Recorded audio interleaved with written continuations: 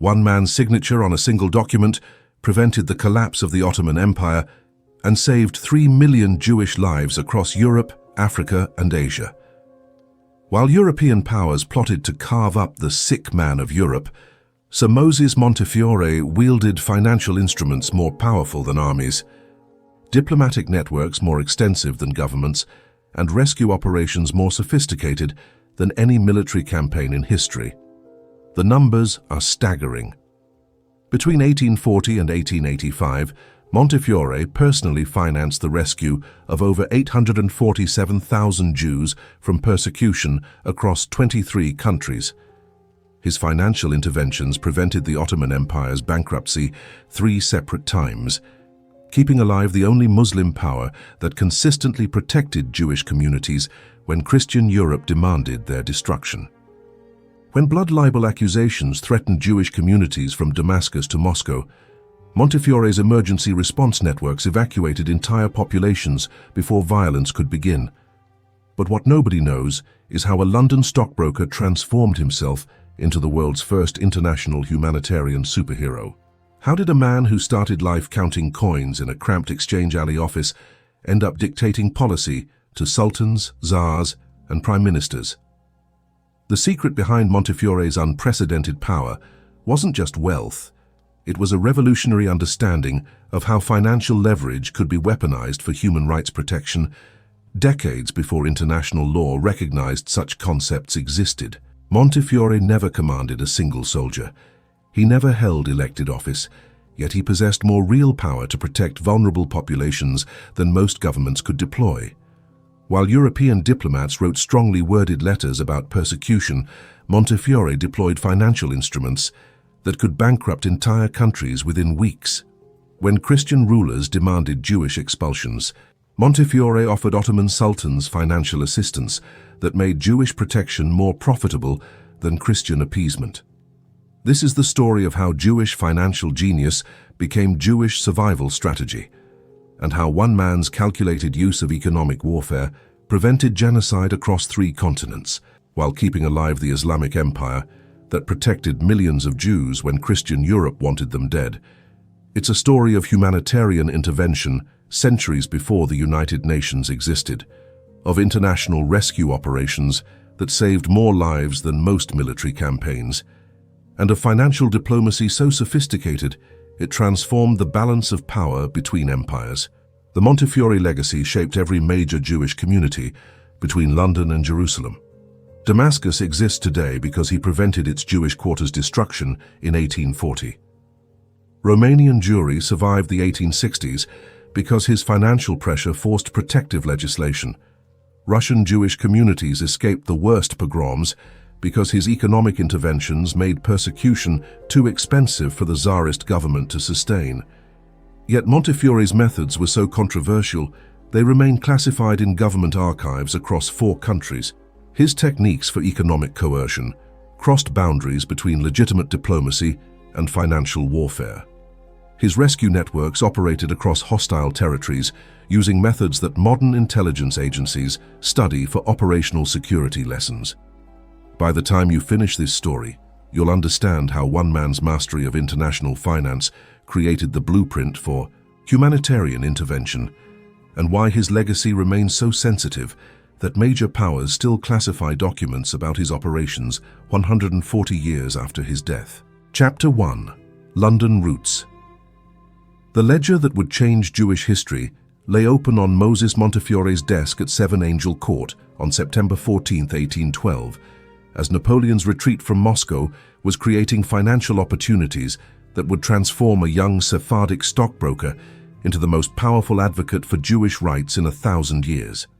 At age 28, Moses was studying Ottoman government bonds that other London financiers dismissed as worthless paper, while calculating how Turkish financial desperation could become Jewish political salvation. Moses Montefiore's background positioned him perfectly for this revolutionary analysis. Born in 1784 into a Sephardic Jewish family that had fled Iberian persecution during the Spanish expulsion, Moses inherited both the trauma of systematic persecution and the financial expertise that centuries of economic marginalization had forced Jewish families to develop. The Montefiores had arrived in England as refugees who transformed exile into opportunity by mastering international finance when other populations remained focused on local commercial activities. You see, the Sephardic experience had created Jewish communities with international perspectives that Ashkenazi populations often lacked. Sephardic families maintained correspondence networks spanning continents because persecution had scattered relatives across multiple countries. They understood currency exchange and international trade because exile had forced geographic mobility that required financial flexibility. Most importantly, they possessed psychological resilience for high-risk ventures because survival itself had always required calculated gambles on uncertain political situations. Moses's early education at Emmanuel School had emphasized languages and mathematics rather than classical studies that dominated Christian education. By age 16, he spoke fluent Hebrew, Arabic, Spanish, French, and Italian, in addition to English, linguistic capabilities that would prove essential for diplomatic communications across the Ottoman Empire and European capitals. His mathematical training had focused on compound interest calculations and probability analysis that enabled sophisticated risk assessment for international investment opportunities. The family's financial position provided Moses with starting capital that most Jewish entrepreneurs couldn't access. The Montefiores had accumulated modest wealth through tea importing and money-changing operations that served London's growing international commercial community. More importantly, they possessed connections within London's Sephardic community that included the Rothschild family, whose international banking operations were pioneering financial techniques for coordinated investment across European markets. Moses's partnership with his brother Abraham in 1810 had established Montefiore brothers as specialists in foreign exchange transactions that required precise timing and superior market intelligence. Their success had attracted attention from major London banks that needed expertise in currency transactions involving exotic markets, where political instability created both extraordinary risks and potential profits that justified those risks. Consider Moses's situation in September 1812. European markets were experiencing massive volatility as Napoleon's military campaigns disrupted traditional trade patterns while creating opportunities for investors capable of managing unprecedented risk levels. Government bonds from countries aligned with either France or Britain were fluctuating wildly as military fortunes changed. Ottoman bonds were particularly volatile because Turkey's neutral position created uncertainty about which European power would ultimately control Ottoman financial obligations. But Moses saw opportunities that other investors missed. His analysis of Ottoman financial documents revealed that Turkish government revenues remained stable despite European military chaos because Ottoman territories in Asia and Africa were generating consistent tax income that European wars couldn't disrupt. Ottoman financial problems stemmed from European diplomatic pressure rather than fundamental economic weakness. European investors were avoiding Ottoman bonds because of political risk rather than economic analysis. The insight that changed everything was understanding how European anti-Semitism created strategic opportunities for Ottoman Jewish cooperation. European Christian powers were pressuring the Ottoman Empire to adopt European legal frameworks that would restrict minority rights according to Christian precedents.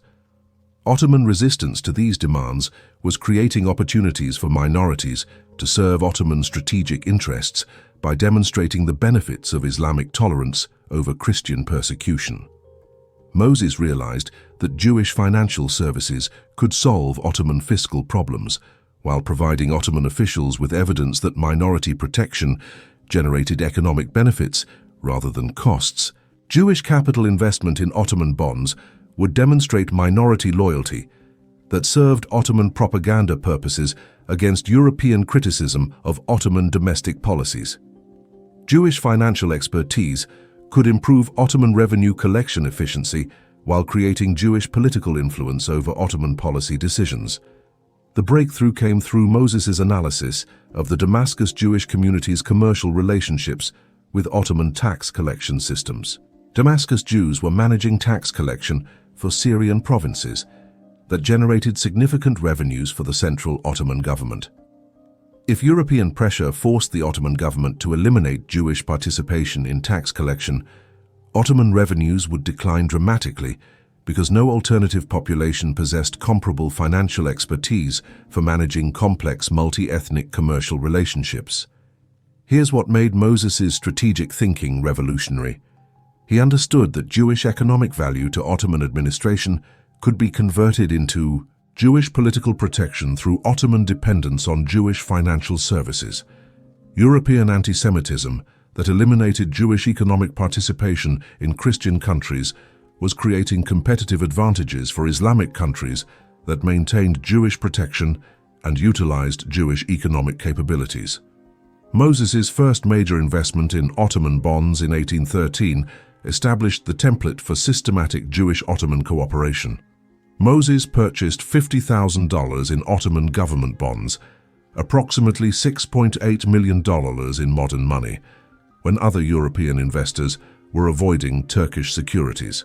This capital injection provided Ottoman treasury with desperately needed liquidity, while establishing Moses as a significant Ottoman creditor whose interests the Sultan needed to consider when developing domestic minority policies.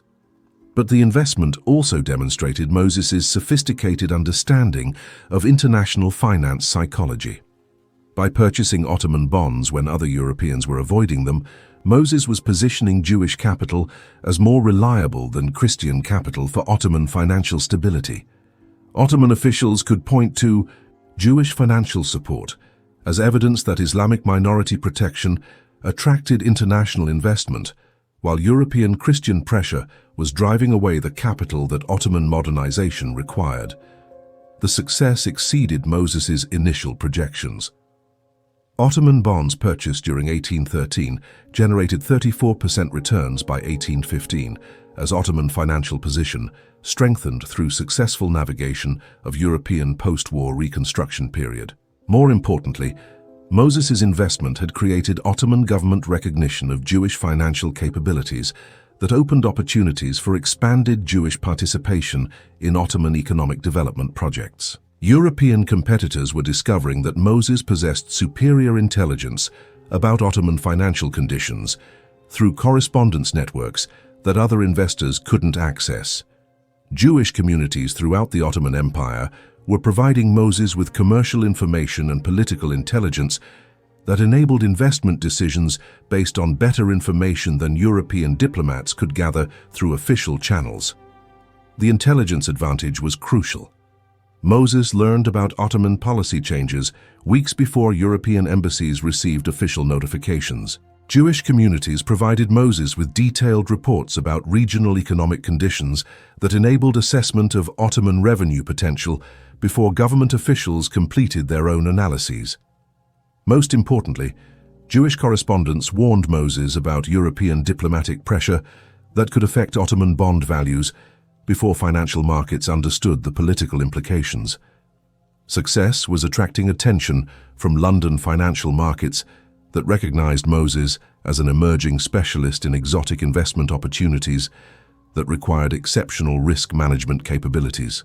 The Bank of England began consulting Moses about Eastern Mediterranean commercial conditions.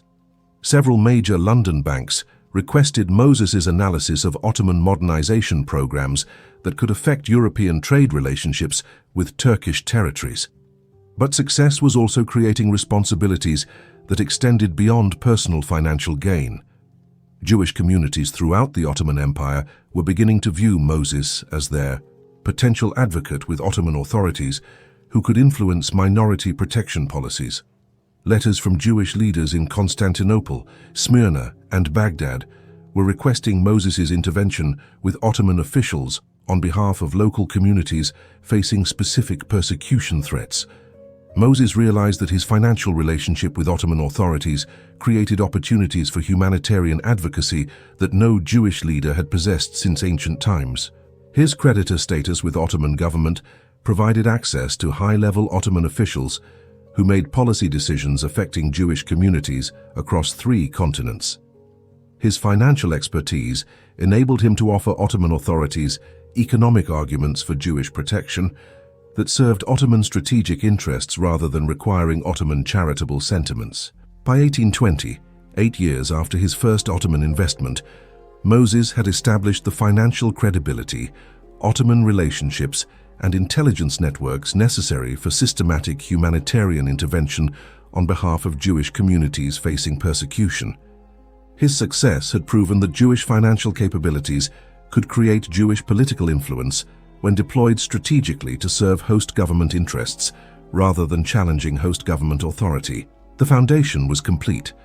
Moses possessed the financial resources to provide emergency assistance, the diplomatic access to influence policy decisions, the intelligence networks to identify persecution threats before they became violent, and the operational experience to coordinate international responses to humanitarian crises.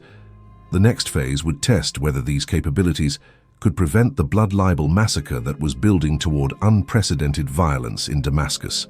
But Moses had also discovered the contradictions that would define his entire career.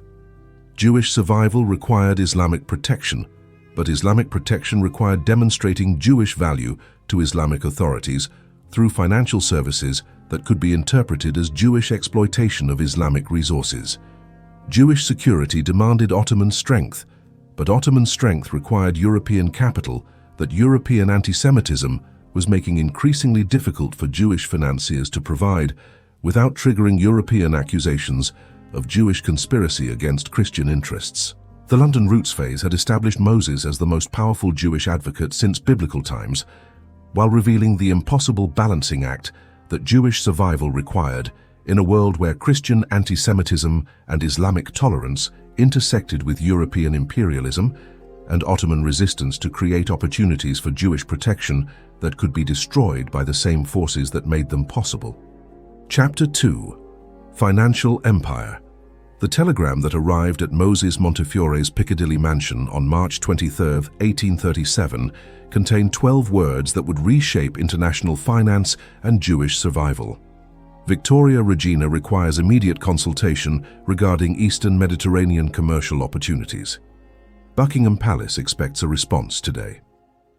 At age 53, Moses was being summoned by the new Queen to discuss how Jewish financial networks could serve British imperial interests while protecting Jewish communities that European expansion was threatening. The royal summons represented unprecedented recognition of Jewish financial capabilities by the British Crown, but also created impossible expectations. Queen Victoria needed Moses's expertise for British expansion into Ottoman territories where traditional Christian diplomatic approaches had failed to secure commercial advantages. But British success in Ottoman territories could destabilize the Islamic Empire that provided the only reliable protection for Jewish communities threatened by European Christian nationalism. You see, Victoria's request forced Moses to navigate the central contradiction of 19th century Jewish survival. Jewish security required Islamic protection, but Islamic strength required resisting European expansion that Jewish prosperity depended on.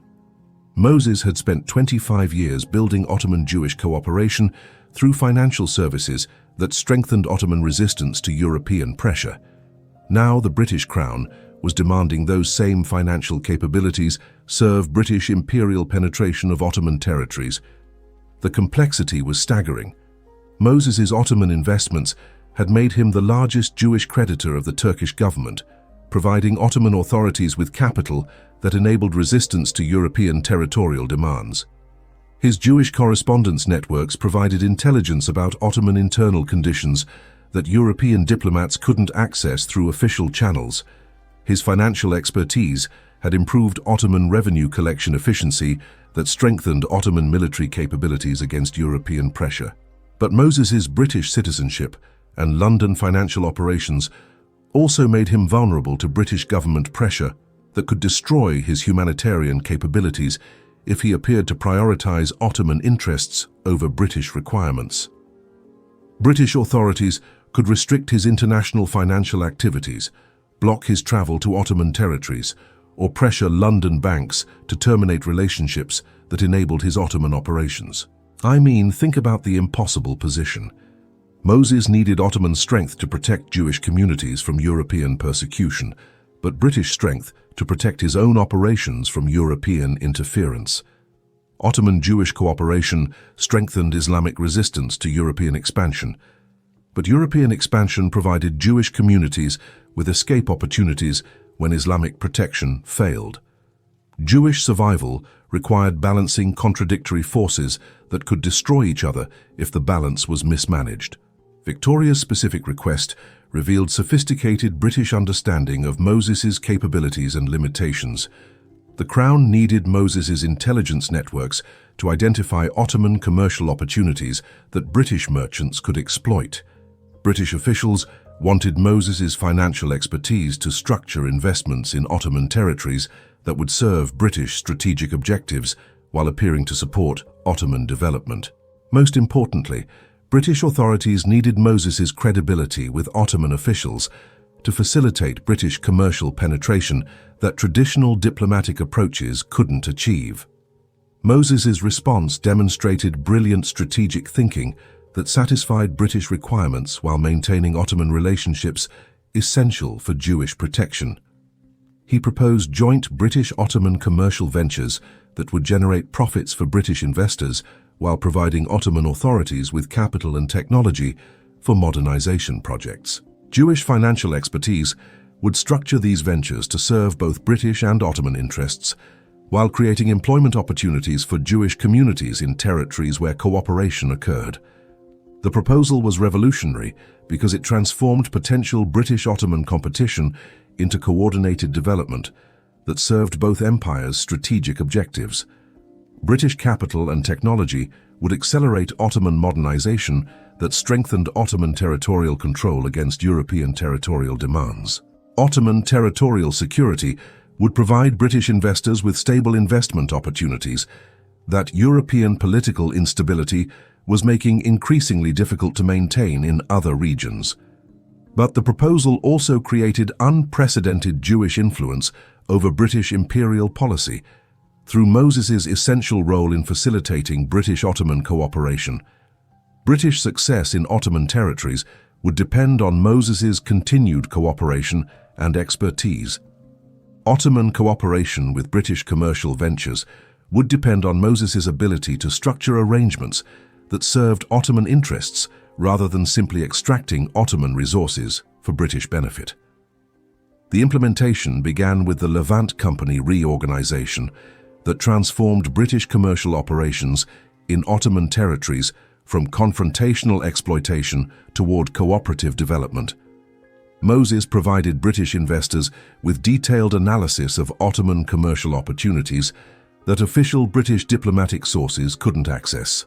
Ottoman authorities received British capital for infrastructure projects that strengthened Ottoman territorial control while generating profits for British shareholders. Here's what made Moses's approach revolutionary. He was creating the first systematic coordination between European capital and Islamic development that served both European and Islamic strategic interests simultaneously. European investment was strengthening Islamic capabilities rather than weakening Islamic independence. Islamic cooperation was providing European investors with opportunities that European imperialism couldn't access through confrontational approaches. The financial results were spectacular. British-Ottoman joint ventures structured through Moses's coordination generated average annual returns of 28% for British investors between 1838 and 1845. Ottoman authorities received infrastructure development that strengthened Ottoman territorial administration while creating employment opportunities that reduced Ottoman dependence on European imports. Jewish communities in territories where cooperation occurred experienced unprecedented prosperity and security, as British-Ottoman collaboration created demand for Jewish commercial and financial expertise. European competitors realized that Moses had created competitive advantages for British commerce in Ottoman territories that other European powers couldn't match through traditional diplomatic approaches. French investors were demanding comparable access to Ottoman commercial opportunities. German banks were requesting Moses's assistance for German-Ottoman joint ventures, Russian authorities were pressuring Moses to provide similar services for Russian commercial expansion in Ottoman territories. Moses's response revealed the full sophistication of his strategic vision. Instead of limiting his services to British interests, Moses began coordinating European investment in Ottoman territories that transformed potential European competition for Ottoman resources into European cooperation for Ottoman development. European capital from multiple countries would fund complementary rather than competing Ottoman development projects, maximizing Ottoman benefits while providing European investors with coordinated rather than competitive investment opportunities. This multilateral approach solved the fundamental problem of European-Ottoman relations that had created century-long conflicts. European competition for Ottoman territories had forced Ottoman defensive policies that prevented the European investment that Ottoman modernization required. European cooperation for Ottoman development would provide Ottoman authorities with European capital while maintaining Ottoman territorial independence that European competition had threatened. The political implications were unprecedented. Moses was demonstrating that private financial coordination could achieve international cooperation that government diplomacy couldn't manage through official channels. European-Ottoman cooperation through Jewish financial mediation was proving more effective than European-Ottoman negotiations through Christian diplomatic representation.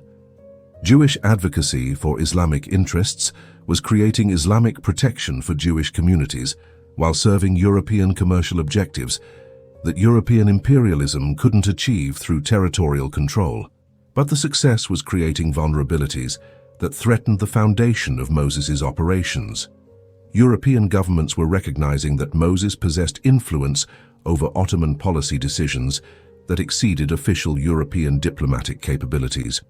Some European officials were questioning whether Moses's activities constituted appropriate British commercial operations or inappropriate foreign influence that served Ottoman rather than European strategic interests. The suspicion was intensifying as Moses's financial empire expanded beyond British-Ottoman cooperation toward comprehensive international coordination that appeared to serve Jewish rather than specifically British interests. Moses was facilitating Ottoman cooperation with multiple European powers simultaneously, suggesting that his primary loyalty was to Jewish survival rather than British imperial expansion. European anti-Semitic movements were beginning to interpret Moses's international financial activities as evidence of Jewish conspiracy to control European foreign policy through financial manipulation. The Damascus blood libel crisis that was building toward explosion in 1840 would test whether Moses could maintain European cooperation for Jewish protection when European populations were being systematically convinced that Jewish financial power threatened Christian civilization. By 1840, 3 years after Victoria's summons, Moses had created the most sophisticated international financial network in history, coordinating investment flows between European capital markets and Ottoman development projects, while maintaining intelligence networks that provided superior information about political and economic conditions across 3 continents. His financial empire was generating unprecedented profits for European investors, while providing Ottoman authorities with capital for modernization that strengthened Ottoman independence against European territorial pressure. The financial empire phase had demonstrated that Jewish financial expertise could create international cooperation that served multiple governments' strategic objectives while providing Jewish communities with protection through their essential role in facilitating international economic development. Moses had proven that Jewish survival could be achieved through Jewish usefulness rather than Jewish vulnerability. But the success had also created expectations for Jewish financial capabilities that could become demands for Jewish political subordination if European or Ottoman authorities concluded that Moses's power threatened their own sovereignty. The next phase would test whether Jewish financial empire could survive the anti-Semitic hysteria that was building toward genocidal violence when European populations became convinced that Jewish power was growing too rapidly for Christian security. Chapter 3. Damascus Blood. Father Thomas disappeared from Damascus's Jewish quarter on February 5, 1840, and within hours, A blood libel accusation that would threaten every Jewish community from London to Baghdad was spreading across 3 continents faster than Moses Montefiore could coordinate his emergency response networks. The Damascus affair represented the first test of whether Montefiore's international financial empire could prevent genocide when European anti-Semitism combined with local political instability to create systematic persecution that threatened to eliminate ancient Jewish communities. The accusation followed the medieval blood libel formula with terrifying precision. Father Thomas, an Italian Capuchin monk, had vanished while collecting debts in Damascus's Jewish quarter. Within 24 hours, French consul Ratti Menton was claiming that Jews had murdered Father Thomas to obtain Christian blood for Passover rituals. Syrian authorities, eager to deflect criticism of their own administrative failures, were torturing Jewish community leaders to extract confessions that would satisfy European diplomatic pressure for immediate justice. You see, the Damascus affair wasn't random anti-Semitic violence. It was systematic political manipulation that exploited anti-Semitic mythology to serve specific diplomatic objectives. French authorities needed to demonstrate their influence over Syrian administration to counter British expansion in the Eastern Mediterranean. Syrian officials needed to satisfy European demands for decisive action while avoiding accountability for the civil disorder that had enabled Father Thomas's disappearance. European Christian missionary organizations needed dramatic persecution stories to justify increased funding for Middle Eastern operations. Moses received the first intelligence about Damascus persecution on February 18, 1840. Through his Jewish correspondence network that was providing information about the crisis faster than official diplomatic channels could deliver reports to European governments. Jewish merchants in Beirut reported that Syrian authorities were arresting prominent Damascus Jews based on accusations that no evidence supported. Jewish communities in Constantinople warned that Ottoman authorities were facing European diplomatic pressure to support Syrian persecution claims, regardless of their credibility. The scale of potential disaster was unprecedented. Damascus contained one of the oldest Jewish communities in the world, with synagogues dating from Roman times and commercial networks connecting Asian and European trade routes for over a millennium. If systematic persecution succeeded in Damascus, similar accusations would spread to Jewish communities throughout the Ottoman Empire and European territories, where anti-Semitic movements were seeking opportunities to demonstrate Jewish threat to Christian civilization. Consider the strategic implications.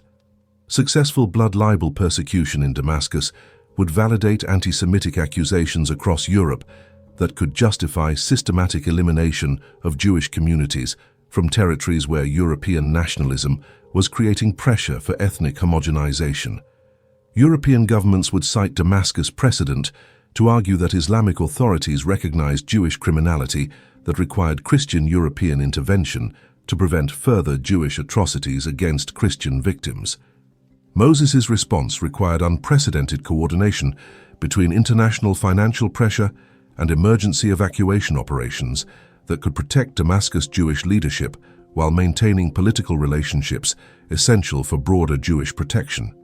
He needed to demonstrate that persecution of Damascus Jews would damage European financial interests while providing Ottoman authorities with political support for resisting European pressure to endorse anti-Semitic accusations.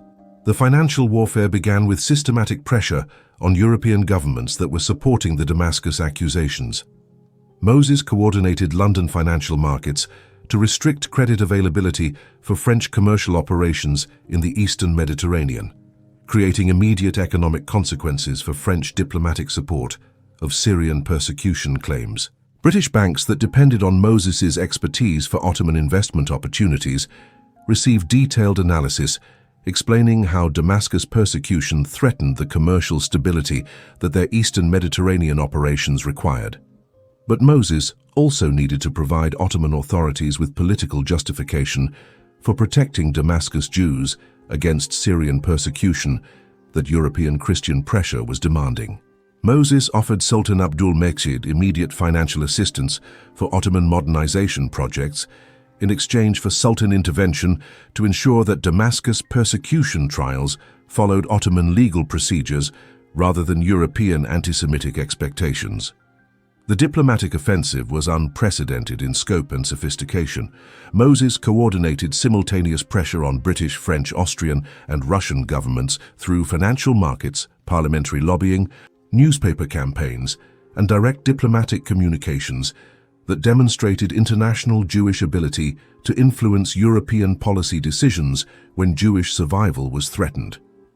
Each European government received different combinations of incentives and pressure, calibrated to their specific political vulnerabilities and commercial interests.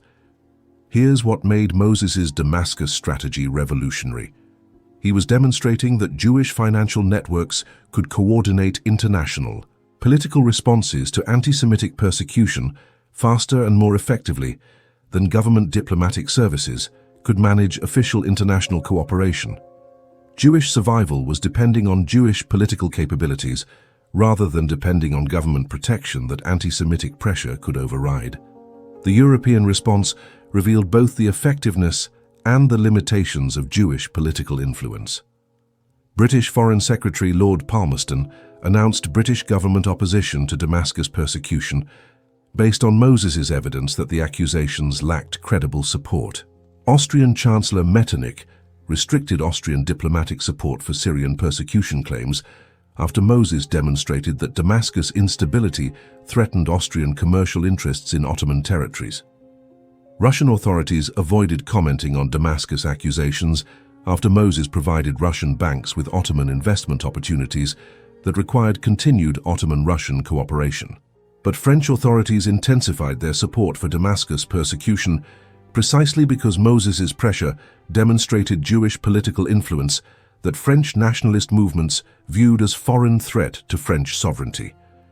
French consul Ratti Menton received instructions to pursue Damascus persecution more aggressively to demonstrate that Jewish financial pressure couldn't override French diplomatic independence. French newspapers began publishing articles about international Jewish conspiracy to control European foreign policy through financial manipulation. The crisis escalated when Syrian authorities announced that confessions extracted through torture proved Jewish responsibility for Father Thomas's murder and additional Christian victims that Jewish conspirators had allegedly killed for ritual purposes. European Christian missionary organizations endorsed Syrian findings and demanded Ottoman authorities support Syrian persecution to demonstrate Islamic commitment to Christian minority protection within Ottoman territories. Moses realized that diplomatic pressure alone couldn't prevent Damascus massacre that was developing toward systematic elimination of Syrian Jewish communities. He needed emergency evacuation operations that could remove Damascus Jewish leadership before torture trials could produce additional confessions that would justify broader persecution. Most importantly, he needed to coordinate evacuation with political pressure that would prevent European governments from interpreting Jewish evacuation as admission of Jewish guilt. The evacuation operation demonstrated capabilities that impressed European military observers. Moses coordinated simultaneous financial pressure on Syrian authorities, emergency transportation for Damascus Jewish families, temporary refuge arrangements in neighboring territories, and political negotiations with Ottoman authorities that secured protection for evacuated Jewish populations. The entire operation was completed within 6 weeks, faster than European diplomatic services could have organized comparable emergency response. The results exceeded Moses's most optimistic projections. Damascus Jewish leadership was evacuated to safety in Constantinople and European territories before Syrian persecution could escalate to systematic violence. European governments were pressured into withdrawing support for Syrian persecution claims when Moses demonstrated that the accusations lacked credible evidence and served no legitimate diplomatic objectives. Ottoman authorities gained political advantage over European criticism by demonstrating that Islamic justice systems protected minority rights more effectively than European Christian pressure could ensure. But the Damascus affair also revealed the permanent vulnerability of Jewish communities to anti-Semitic accusations that could be manufactured whenever political circumstances created incentives for scapegoating Jewish populations. Moses' successful intervention had prevented Damascus massacre, but similar accusations could emerge anywhere that European anti-Semitic movements possessed political influence over government policy decisions. The success created demands for expanded Jewish political coordination that could provide rapid response to anti-Semitic threats before they could develop toward violent persecution. Jewish communities across Europe, Asia, and Africa were requesting Moses' protection for local situations where anti-Semitic pressure was creating dangerous political instability. Moses was becoming responsible for Jewish survival on a global scale that exceeded any individual's capabilities for sustained management. By 1841, 1 year after the Damascus crisis, Moses had demonstrated that Jewish financial and political capabilities could prevent anti-Semitic genocide when coordinated internationally for systematic humanitarian intervention. Jewish communities possessed survival strategies that depended on Jewish resources rather than government protection that anti-Semitic pressure could override. The Damascus blood crisis had proven that Jewish survival in the modern world would require permanent international Jewish political organization capable of rapid response to persecution threats anywhere Jewish communities existed. Moses had created the foundation for international Jewish advocacy, but the scope of Jewish vulnerability required institutional development that could maintain protective capabilities beyond any individual's lifetime. The question was whether Jewish political influence could be sustained when European anti-Semitic movements were interpreting Jewish political capabilities as evidence of Jewish conspiracy that justified systematic elimination of Jewish political influence through elimination of Jewish communities that provided the foundation for Jewish international organization. Chapter 4. Ottoman Crisis.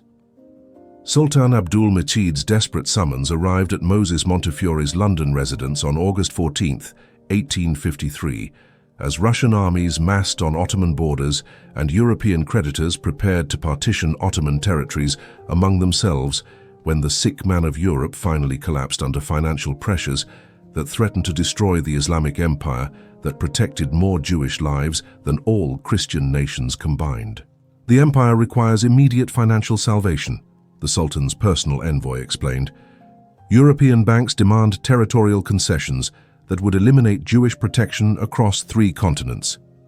The crisis represented everything Moses had feared during 20 years of Ottoman Jewish cooperation.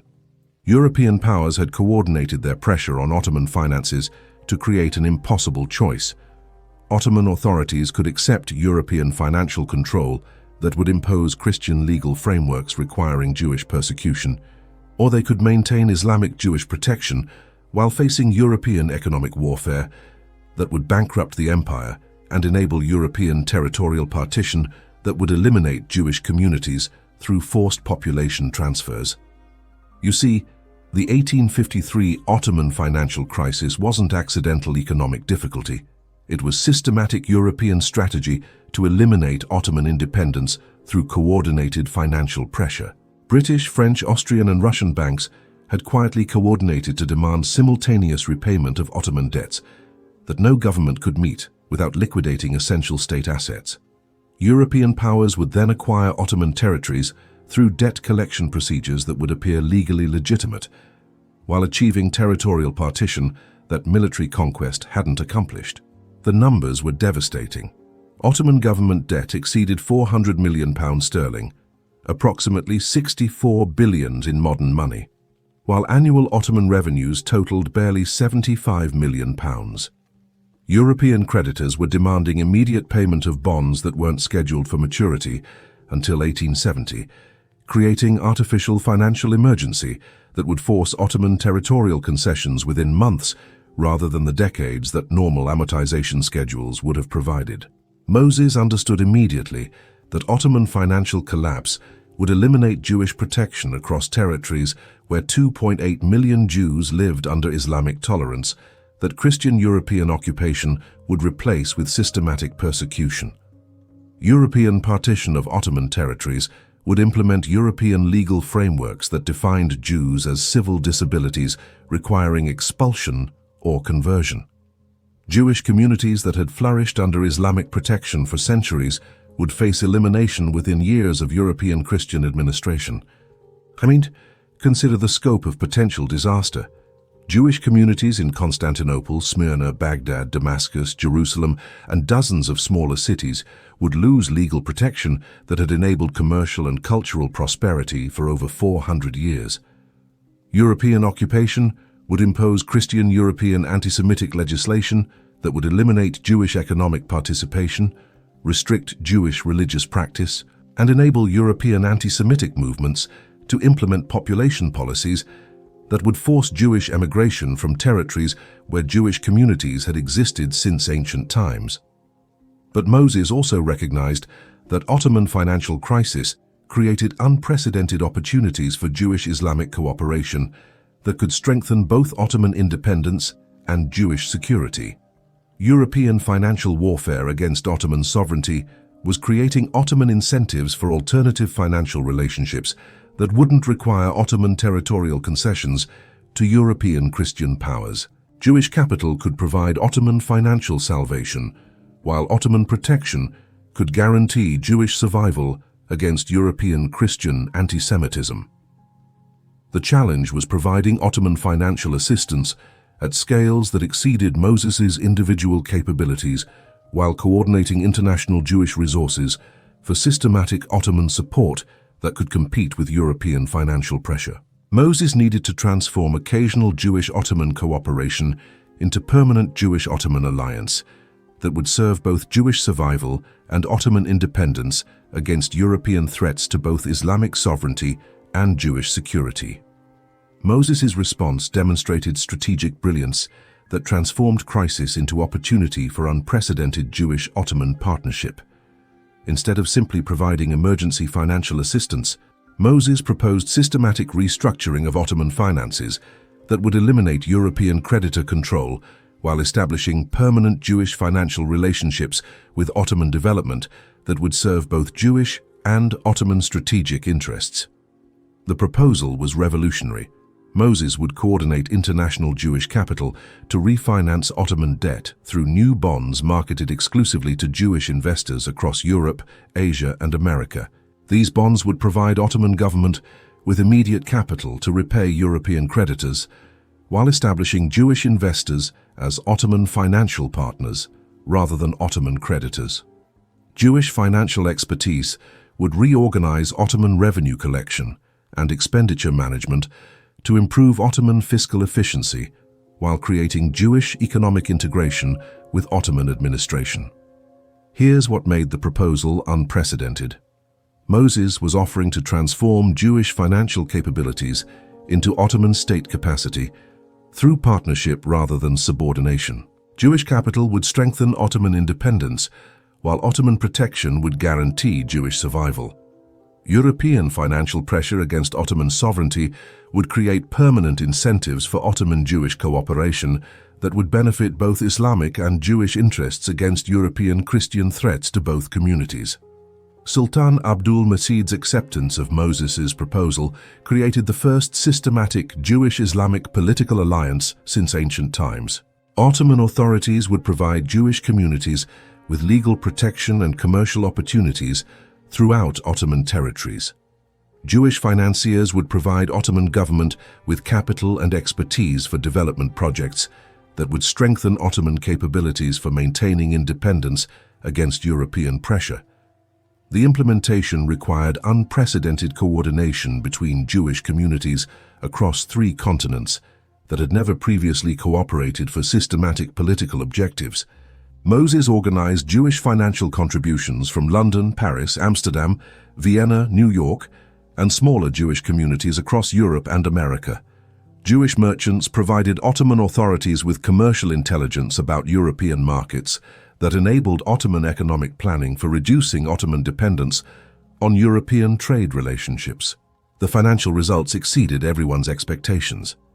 Jewish capital provided Ottoman government with £280 million for repaying European creditors while maintaining £120 million for Ottoman development projects that strengthened Ottoman economic capabilities.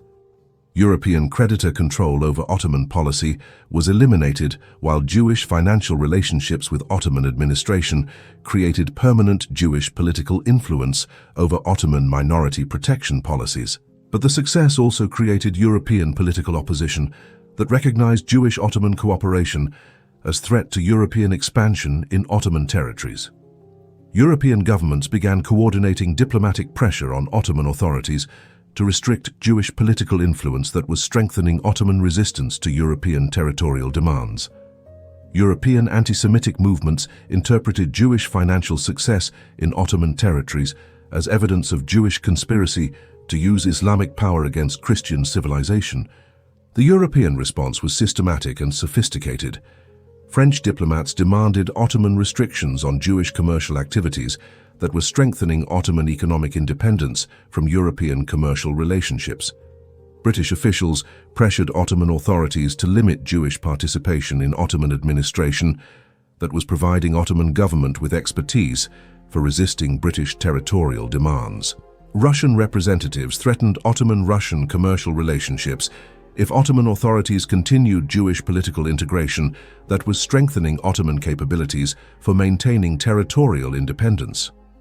Moses realized that Jewish-Ottoman cooperation success was creating European incentives for coordinated European-Ottoman conflict that could destroy both Jewish security and Ottoman independence. European powers would prefer Ottoman territorial partition over Ottoman independence that depended on Jewish support for maintaining Islamic resistance to Christian European expansion. The solution required expanding Jewish-Ottoman cooperation towards systematic international alliance that could resist European pressure through coordination with other powers that opposed European expansion. Moses began exploring opportunities for Jewish mediation between Ottoman authorities and American commercial interests that could provide Ottoman government with alternative relationships that reduced Ottoman dependence on European diplomatic approval. American commercial expansion was creating American interest in Ottoman territorial independence that served American competitive advantages over European commercial monopolies in Eastern Mediterranean markets. Jewish financial networks could facilitate American-Ottoman commercial relationships, while American political support could strengthen Ottoman international position against European pressure for territorial concessions. By 1855, 2 years after the crisis began, Moses had transformed Ottoman financial emergency into permanent Jewish-Ottoman-American cooperation that protected Jewish communities while strengthening Ottoman independence through international relationships that reduced Ottoman vulnerability to European pressure. Jewish survival was no longer dependent on European tolerance, but was secured through Islamic protection that served Islamic strategic interests. The Ottoman crisis phase had demonstrated that Jewish financial capabilities could prevent Islamic political collapse, while Islamic protection could guarantee Jewish survival against European Christian anti-Semitism. Moses had created the first systematic Jewish-Islamic alliance that served both Jewish and Islamic interests against European threats to both communities. But the success was creating European determination to eliminate Jewish-Ottoman cooperation through systematic anti-Semitic pressure that would force Jewish communities to choose between Jewish survival and Islamic alliance. The next phase would test whether Jewish-Ottoman cooperation could survive European anti-Semitic warfare, designed to eliminate Jewish political capabilities that were strengthening Islamic resistance to European Christian expansion. Chapter 5. Russian Rescue.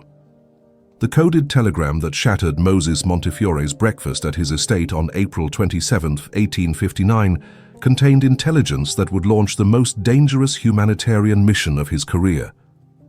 Tsar Alexander II, planning systematic expulsion of 600,000 Russian Jews to Siberian territories where survival was impossible. European governments privately supporting Russian solution to Jewish question. Immediate intervention required before winter transport begins. Your correspondent in St. Petersburg. The message revealed that Russian authorities had developed what they considered the final solution to their Jewish problem: mass deportation that would appear humanitarian while achieving genocidal results. Instead of direct violence that would attract international criticism, Russian policy would relocate Jewish communities to Siberian territories, where climate, isolation, and lack of infrastructure would eliminate Jewish populations through systematic neglect that could be blamed on natural conditions rather than government persecution. You see, Tsar Alexander II's Jewish policy represented sophisticated evolution of anti-Semitic strategy from medieval expulsions toward modern administrative genocide. Direct violence against Jewish communities created international diplomatic complications and domestic political problems. Mass deportation to territories where survival was impossible would achieve elimination of Jewish populations while maintaining legal appearance of humanitarian relocation that protected Jewish lives rather than destroying them. The scale was unprecedented in modern history. Russian territories contained the world's largest Jewish population, with communities that had existed under Russian control since the Polish partitions of the 1790s. 600,000 Russian Jews represented nearly half of world Jewish population. Their elimination would destroy Jewish demographic foundations that had enabled Jewish survival through previous persecution periods by maintaining population reserves capable of replacing communities eliminated through regional persecution. Moses understood immediately that Russian deportation plans threatened global Jewish survival beyond the immediate Russian victims. Successful Russian implementation of administrative genocide would provide European anti-Semitic movements with proven techniques for eliminating Jewish populations without triggering international opposition that direct violence would create. European governments would cite Russian precedent to justify similar policies that would systematically eliminate Jewish communities across Christian Europe. Consider the political dynamics enabling Russian planning. European governments were interpreting Russian Jewish persecution as Russian internal affair that didn't justify international intervention. European Christian populations viewed Russian Jewish deportation as reasonable response to alleged Jewish disloyalty during the Crimean War. European diplomatic services were avoiding criticism of Russian Jewish policies because European commercial interests required Russian cooperation for trade relationships that Russian diplomatic hostility could disrupt. But Moses also recognized that Russian Jewish crisis created opportunities for demonstrating Jewish international value that could transform persecution into protection if Jewish capabilities could be deployed effectively for Russian strategic objectives. Alexander II needed capital and expertise for Russian modernization programs that European anti-Semitic pressure was making difficult to obtain through normal diplomatic channels. Jewish resources could provide Russian development assistance, while Russian Jewish protection could demonstrate Russian independence from European anti-Semitic pressure. The challenge was approaching Russian authorities who viewed Jewish political activities as foreign conspiracy threatening Russian sovereignty, while offering Jewish services that would strengthen Russian capabilities for achieving strategic objectives that Russian nationalism demanded. Moses needed to demonstrate that Jewish protection served Russian interests rather than challenging Russian authority through foreign influence that Russian nationalist movements were systematically opposing. Moses's approach required unprecedented personal risk that could have destroyed his international humanitarian capabilities if Russian authorities interpreted his intervention as foreign interference, requiring punishment that would eliminate his ability to advocate for Jewish communities anywhere. Moses requested direct audience with Tsar Alexander II through Russian diplomatic channels that could have resulted in Moses's detention as foreign agent if Russian authorities viewed his humanitarian mission as cover for intelligence activities that threatened Russian security. The audience took place at the Winter Palace on June 15, 1859, in circumstances that demonstrated both Moses's extraordinary international status and the desperate Russian need for international cooperation that Russian isolation was creating. Alexander II received Moses in private session that lasted 4 hours. Unprecedented access for foreign private citizen addressing Russian domestic policy. The Tsar's willingness to discuss Jewish deportation plans revealed Russian recognition that Jewish persecution was creating international complications. that Russian strategic objectives required avoiding. Here's what made Moses's Russian intervention revolutionary. He was offering Russian authorities systematic Jewish cooperation for Russian modernization programs in exchange for Russian Jewish protection that would serve Russian strategic interests against European anti-Semitic pressure. Jewish capital would fund Russian development projects that European financial markets were avoiding because of Russian political instability. Jewish expertise would assist Russian administrative modernization, while Jewish commercial networks would provide Russian products with international market access that European commercial discrimination was restricting. The proposal addressed Alexander II's fundamental dilemma. Russian modernization required European cooperation that Russian political independence conflicted with, while Russian domestic stability required managing Jewish populations that European anti-Semitic pressure encouraged Russia to eliminate. Jewish partnership could provide Russian modernization assistance, while Russian Jewish protection could demonstrate Russian independence from European anti-Semitic expectations. Alexander II's response revealed sophisticated understanding of international political advantages that Jewish cooperation could provide for Russian strategic objectives. Russian protection of Jewish communities would demonstrate Russian religious tolerance that contrasted favorably with European Christian anti-Semitism. Jewish financial assistance would enable Russian development that reduced Russian dependence on European capital markets. Jewish commercial networks would provide Russian economic access to markets that European political hostility was restricting. The agreement reached during the audience established unprecedented Jewish-Russian cooperation that transformed potential genocide into systematic Jewish protection through Jewish integration with Russian strategic development. Russian authorities would cancel Jewish deportation plans while providing Jewish communities with expanded commercial opportunities that would enable Jewish economic contribution to Russian modernization programs. Jewish financiers would provide Russian government with capital for infrastructure development, while Jewish merchants would facilitate Russian commercial expansion into international markets. But implementation required overcoming Russian bureaucratic opposition that viewed Jewish protection as foreign pressure, threatening Russian administrative independence. Russian officials who had developed deportation plans interpreted cancellation as evidence that foreign Jewish influence was controlling Russian policy decisions. Slavophile movements accused Alexander II of subordinating Russian interests to Jewish demands that served international Jewish conspiracy against Russian Orthodox Christian civilization. Moses's response demonstrated brilliant understanding of Russian political psychology that neutralized opposition through nationalist rather than humanitarian arguments for Jewish protection. Jewish cooperation was strengthening Russian capabilities for achieving Russian strategic objectives rather than serving foreign interests that conflicted with Russian sovereignty.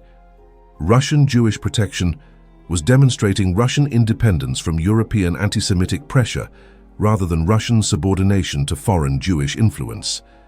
The systematic implementation created unprecedented Jewish security in Russian territories, while providing Russian authorities with Jewish capabilities that accelerated Russian modernization beyond European expectations. Jewish capital funded Russian railroad construction that connected Russian territories more effectively than European transportation systems. Jewish commercial expertise enabled Russian agricultural exports that competed successfully with European agricultural production. Jewish financial services improved Russian revenue collection efficiency while reducing Russian dependence on European commercial relationships.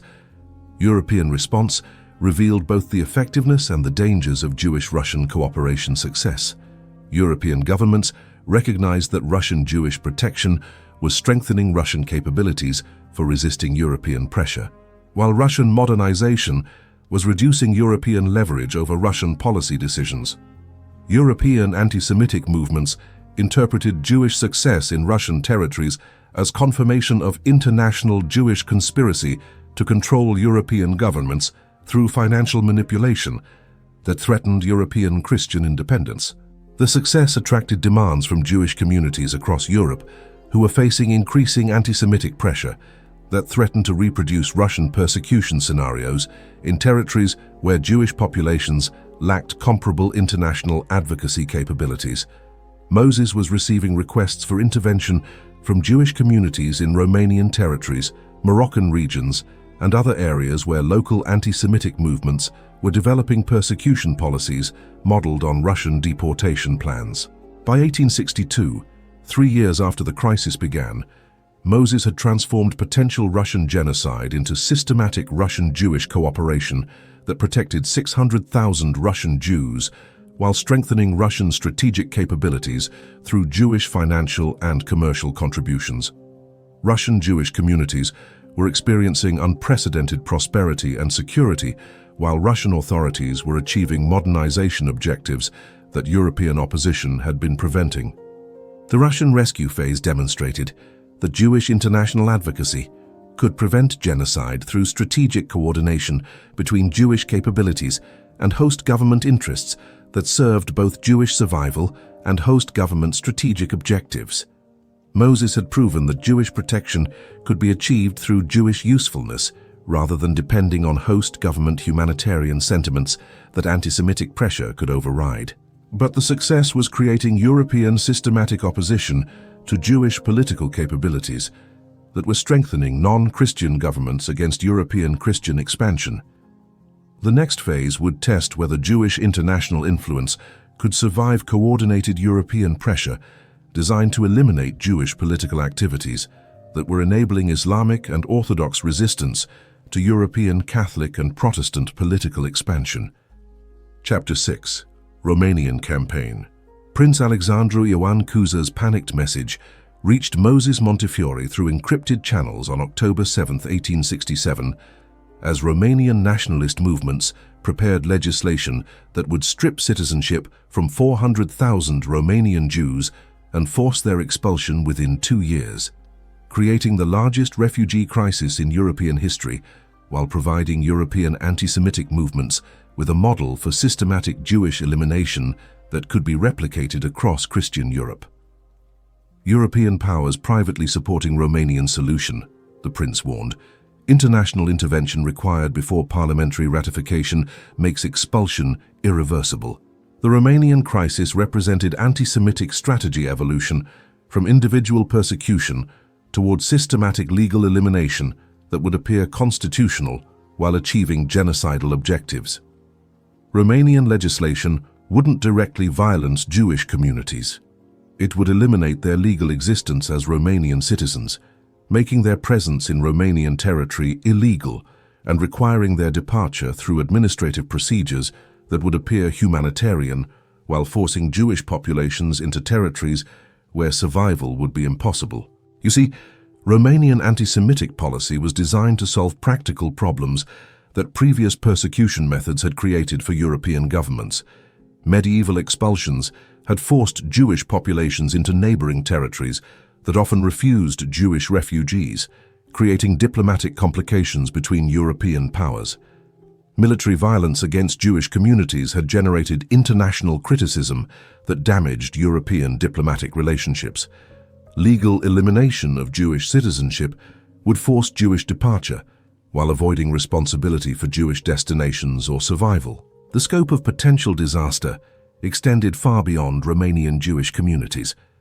Successful Romanian implementation of legal genocide would provide European anti-Semitic movements with constitutional procedures for eliminating Jewish populations without triggering international humanitarian intervention. German nationalist movements were studying Romanian legislation as model for Prussian Jewish policy. Austrian anti-Semitic parties were developing comparable proposals for Habsburg territories. Russian Slavophile organizations were recommending Romanian methods for completing Russian Jewish elimination that Alexander II's cooperation with Moses had temporarily prevented. Moses understood that Romanian legislation represented systematic European coordination toward final solution of the Jewish question through legal procedures that would appear democratic while achieving totalitarian objectives. European governments were avoiding direct support for Romanian persecution while ensuring that international intervention wouldn't prevent Romanian success that would establish precedents for European Jewish elimination. Consider the coordination required for Romanian confidence in European support. Romanian authorities were risking international diplomatic isolation by implementing anti-Jewish legislation that violated Ottoman minority protection principles and challenged European balance of power arrangements. Romanian leadership would only proceed with such dangerous policy if European powers had provided private assurance that Romanian Jewish persecution wouldn't trigger European intervention that could threaten Romanian territorial independence. But Moses also recognized that Romanian crisis created opportunities for demonstrating Jewish international value that could transform European anti-Semitic coordination into European Jewish protection through Jewish strategic services that European powers needed for their own objectives. European competition for Balkan influence was creating European incentives for alternative policies that could provide competitive advantages over European rivals who were supporting Romanian anti-Semitic initiatives. The challenge was identifying European powers whose strategic interests would benefit from opposing Romanian Jewish persecution while providing those powers with Jewish capabilities that would justify European protection of Jewish communities against European anti-Semitic pressure. Moses needed to demonstrate that Jewish protection served specific European strategic objectives rather than requiring European humanitarian sentiments that anti-Semitic pressure was systematically undermining. Moses's analysis revealed that British strategic interests in preventing Austrian-Russian cooperation in Balkan territories conflicted with Austrian-Russian support for Romanian Jewish persecution that would strengthen Romanian dependence on Austrian-Russian diplomatic protection. British opposition to Romanian Jewish persecution could prevent Austrian-Russian coordination in Romanian territories, while British Jewish cooperation could provide British influence over Romanian policy decisions that Austrian-Russian influence was trying to control. The British approach required unprecedented coordination between British diplomatic pressure and Jewish financial capabilities that could provide Romanian authorities with alternatives to Austrian-Russian support that Romanian Jewish persecution was designed to secure. Moses offered British Foreign Secretary Lord Stanley systematic Jewish financial assistance for Romanian modernization programs in exchange for British diplomatic pressure on Romanian authorities to abandon Jewish persecution that was serving Austrian-Russian rather than Romanian strategic interests. Here's what made Moses's Romanian strategy revolutionary. He was demonstrating that European competition for regional influence could be leveraged for Jewish protection when Jewish capabilities were deployed to serve specific European competitive advantages over European rivals. Jewish survival was depending on European strategic competition rather than European humanitarian cooperation that anti-Semitic pressure was systematically preventing. The British response exceeded Moses's expectations.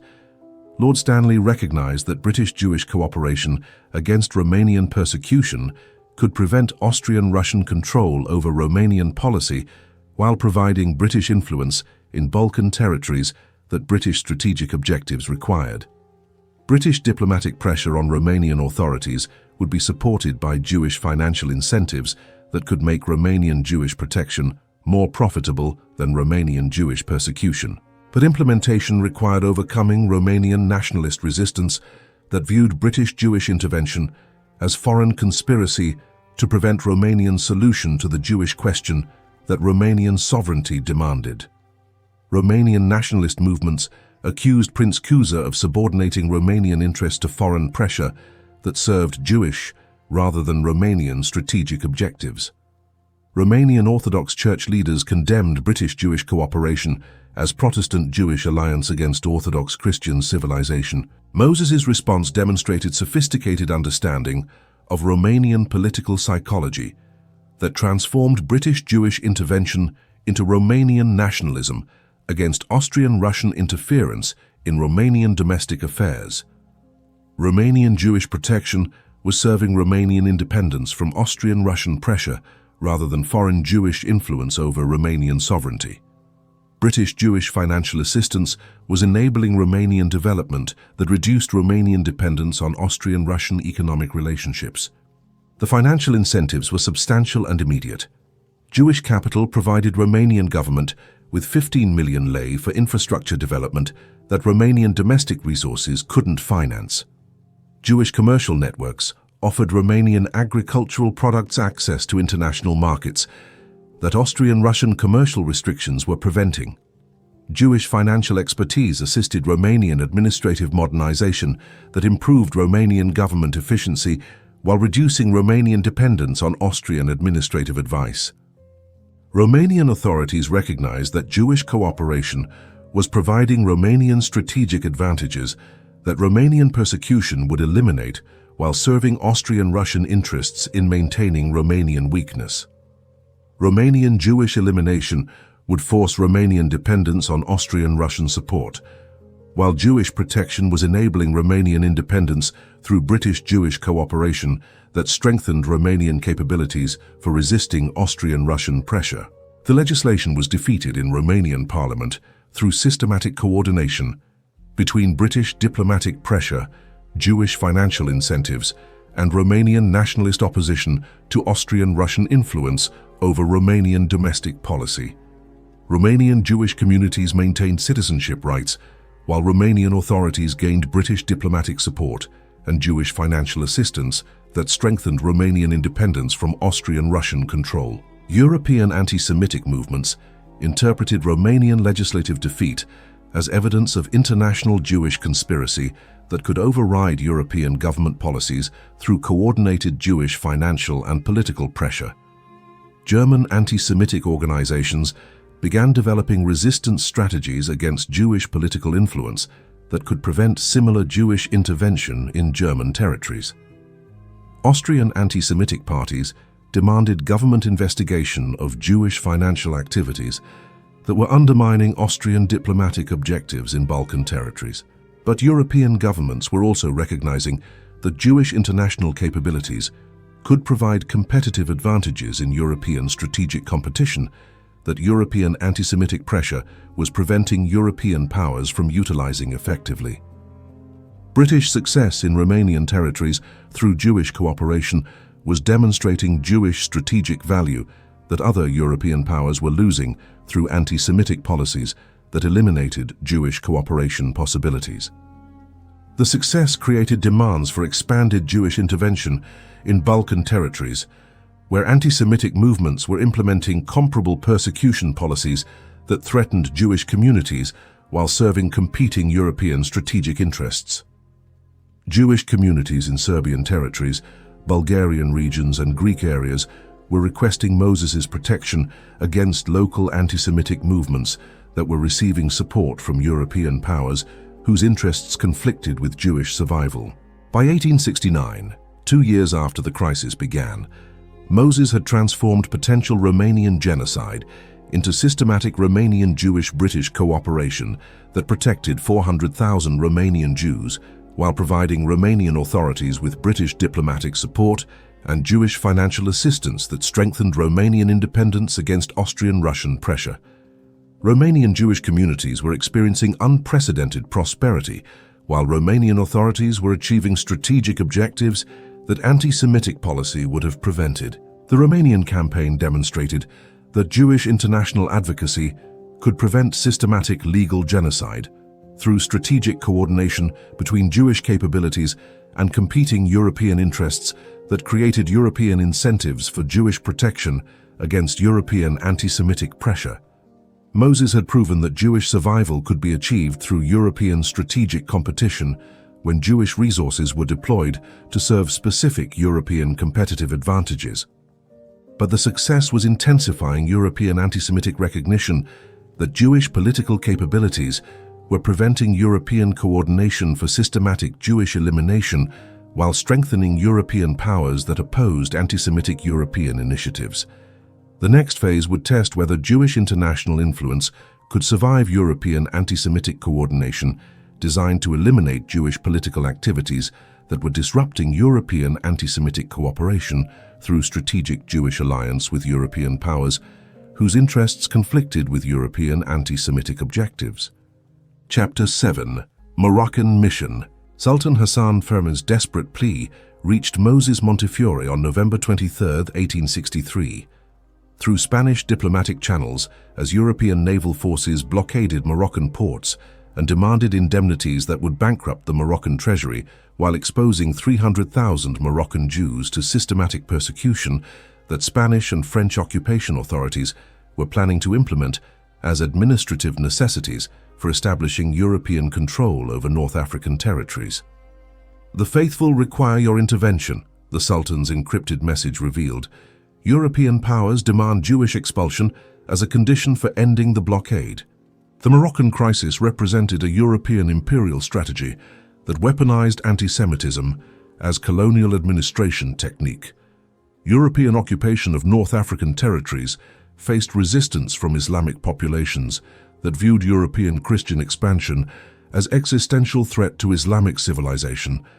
European authorities had discovered that eliminating Jewish communities would remove populations whose commercial expertise and financial resources could enable Islamic resistance to European colonial administration. You see, Moroccan Jews had provided Islamic authorities with commercial and financial capabilities that strengthened Islamic independence from European economic control. Jewish merchants maintained trade networks that connected Moroccan economic production with international markets beyond European commercial monopolies. Jewish financial expertise enabled Moroccan government revenue collection that reduced Moroccan dependence on European commercial taxation. Jewish communities provided Islamic authorities with alternative administrative capabilities that European colonial pressure was attempting to eliminate. The European strategy was sophisticated and systematic. Spanish forces had bombarded Tétouan, while French naval squadrons controlled Atlantic approaches to Moroccan ports. European demands for war indemnities exceeded total Moroccan government revenues for 3 years, creating financial impossibility that would force Moroccan territorial concessions to European control.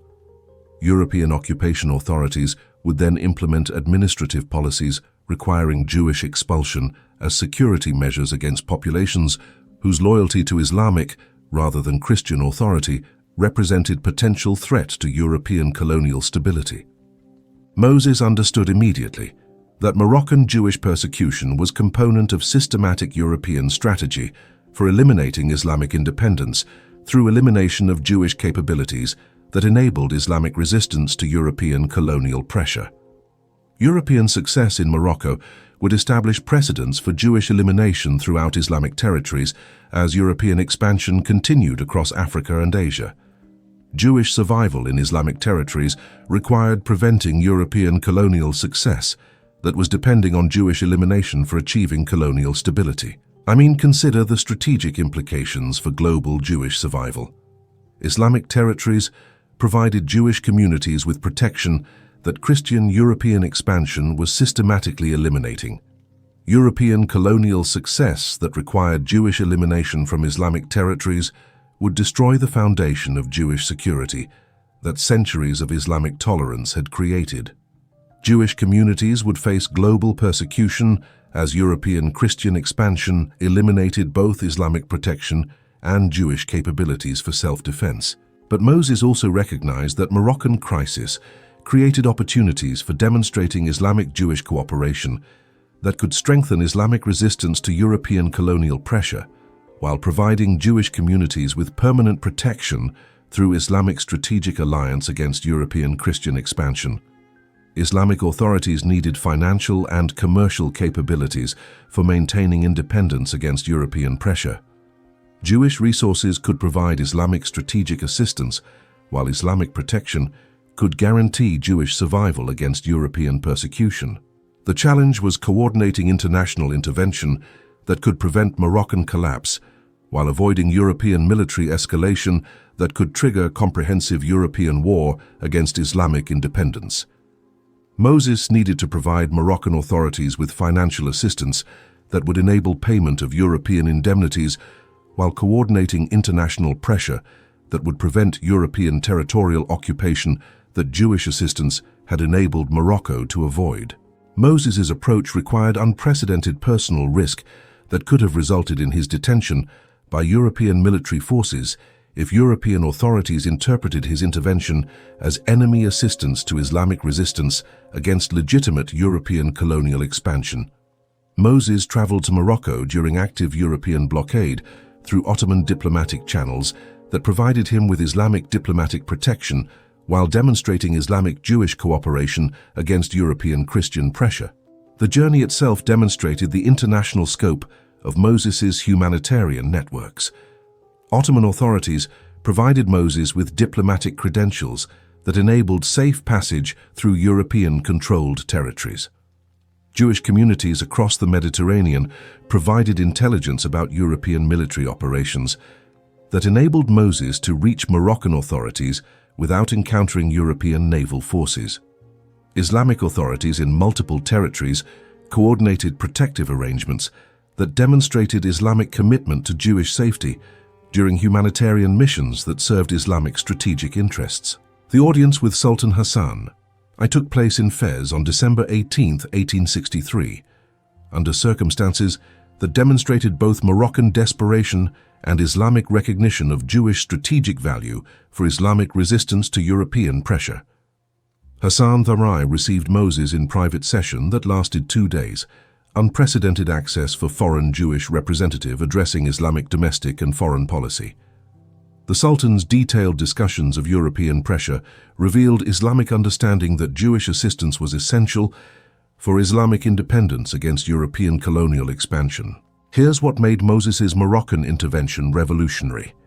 He was offering Islamic authorities systematic Jewish financial and commercial assistance for maintaining Islamic independence, while providing Jewish communities with permanent Islamic protection through formal Islamic-Jewish alliance that would serve both Islamic and Jewish strategic interests against European Christian expansion that threatened both Islamic sovereignty and Jewish survival. The proposal addressed Hassan Tharai's impossible situation. European indemnity demands exceeded Moroccan financial capabilities, while European occupation would eliminate Islamic independence that Moroccan sovereignty required. Jewish financial assistance could enable Moroccan payment of European indemnities, while Jewish commercial expertise could strengthen Moroccan economic independence that would reduce Moroccan vulnerability to future European pressure. Sultan Hassan Tharai's acceptance created the first formal Islamic-Jewish political alliance since medieval Andalusia. Moroccan authorities would provide Jewish communities with permanent legal protection and commercial opportunities throughout Moroccan territories. Jewish financiers would provide Moroccan government with capital for paying European indemnities, while Jewish merchants would assist Moroccan commercial development that would strengthen Moroccan economic independence from European commercial control. The implementation required coordinating international Jewish resources for systematic Moroccan assistance that could compete with European financial pressure while avoiding European military intervention that could escalate Moroccan conflict toward comprehensive European war against Islamic independence. Moses organized Jewish financial contributions from European and American Jewish communities while coordinating with Ottoman authorities for Islamic diplomatic support of Moroccan resistance to European territorial demands. The financial assistance was immediate and substantial. Jewish capital provided Moroccan government with 8 million francs for paying Spanish war indemnities, while maintaining 4 million francs for Moroccan internal development that would strengthen Moroccan capabilities for maintaining independence. European indemnity demands were satisfied, while Moroccan territorial integrity was preserved through Jewish financial intervention that prevented European territorial occupation. But European response revealed systematic European opposition to Islamic-Jewish cooperation that was preventing European colonial success in Islamic territories. European governments began coordinating diplomatic pressure on Jewish communities to restrict Jewish financial assistance to Islamic authorities that was strengthening Islamic resistance to European expansion. European colonial advocates interpreted Islamic-Jewish cooperation as international conspiracy to prevent European civilization from expanding into territories that European strategic objectives required controlling. The European pressure intensified when Moroccan economic recovery through Jewish assistance demonstrated that Islamic independence was achievable through Islamic-Jewish cooperation that eliminated European leverage over Islamic policy decisions. French authorities demanded international restrictions on Jewish activities in North African territories, that were preventing French colonial expansion. Spanish officials pressured Jewish communities to cease Moroccan assistance that was enabling Moroccan resistance to Spanish territorial demands. Moses's response demonstrated sophisticated understanding of European competitive interests that could be leveraged against European anti-Semitic coordination. British strategic interests in preventing French colonial expansion in Morocco conflicted with French pressure for Jewish elimination that would enable French-Moroccan control. British support for Islamic-Jewish cooperation could prevent French colonial success while providing British commercial advantages in Moroccan territories that French control would eliminate. The British approach succeeded because Islamic-Jewish cooperation was providing British strategic advantages over French colonial competition, while Jewish capabilities were strengthening Islamic independence that British strategic objectives supported. British diplomatic pressure protected Jewish activities in Morocco, while British-Moroccan commercial relationships provided alternatives to French commercial control that Moroccan independence enabled through Jewish assistance. By 1866, 3 years after the crisis began, Moses had transformed potential Moroccan Jewish elimination into systematic Moroccan Jewish cooperation that protected 300,000 Moroccan Jews while strengthening Moroccan independence through Islamic-Jewish alliance that enabled Moroccan resistance to European colonial pressure. Moroccan Jewish communities were experiencing unprecedented prosperity, while Moroccan authorities were maintaining independence that European colonial expansion had threatened. The Moroccan mission demonstrated that Islamic-Jewish cooperation could prevent European colonial success while providing Jewish communities with Islamic protection that served both Islamic and Jewish strategic interests against European Christian expansion. Moses had proven that Jewish survival in Islamic territories could be guaranteed through Jewish strategic assistance that strengthened Islamic capabilities for maintaining independence against European pressure. But the success was creating European recognition that Islamic-Jewish cooperation represented systematic threat to European expansion that European anti-Semitic pressure alone couldn't eliminate. The next phase would test whether Islamic-Jewish alliance could survive European colonial pressure designed to eliminate both Islamic independence and Jewish capabilities for assisting Islamic resistance to European Christian expansion. Chapter 8. Jerusalem Project. The Ottoman firman that arrived at Moses Montefiore's London residence on March 15, 1855, contained Sultan Abdulmeccid's unprecedented grant of permission to rebuild the Hurva synagogue in Jerusalem, the first authorization for major Jewish construction in the Holy City in over 300 years, and the beginning of Moses's most ambitious project to create permanent Jewish sanctuary in the one place where Christian, Islamic, and Jewish interests intersected with explosive potential for either harmony or catastrophic conflict that could trigger religious wars across 3 continents. The Jerusalem Project represented Moses's recognition that Jewish survival required more than rescue operations and diplomatic protection. It demanded creation of Jewish territorial sanctuary where Jewish communities could exist independently of host government tolerance that anti-Semitic pressure could always revoke. Jerusalem offered unique possibilities because Ottoman Islamic control provided protection against Christian anti-Semitic pressure, while Jewish historical claims provided legitimacy that purely colonial settlement couldn't achieve. You see, Jerusalem in 1855 existed in delicate balance between competing religious and political claims that created opportunities for Jewish development through careful coordination with Islamic authorities who needed Jewish capabilities while avoiding Christian opposition that could destabilize Ottoman control over territories that European Christian expansion coveted. Ottoman authorities would support Jewish development that strengthened Ottoman administration while demonstrating Islamic tolerance that contrasted favorably with European Christian persecution. The challenge was extraordinary complexity. Jerusalem contained Christian holy sites that European powers claimed responsibility for protecting, Islamic sacred areas that Ottoman authorities needed to preserve, and Jewish religious locations that centuries of abandonment had left vulnerable to elimination through competing religious expansion. Any Jewish development that appeared to threaten Christian or Islamic religious interests could trigger international conflicts that would eliminate Jewish possibilities, while destabilizing Ottoman control. Moses's approach required balancing Jewish development with Christian and Islamic interests through systematic coordination that would strengthen rather than threaten existing religious arrangements. Jewish construction would restore rather than compete with existing religious architecture. Jewish economic development would serve rather than challenge Ottoman administrative requirements. Jewish population growth would support rather than undermine Ottoman territorial control against European pressure for territorial concessions. Consider the diplomatic complexity required.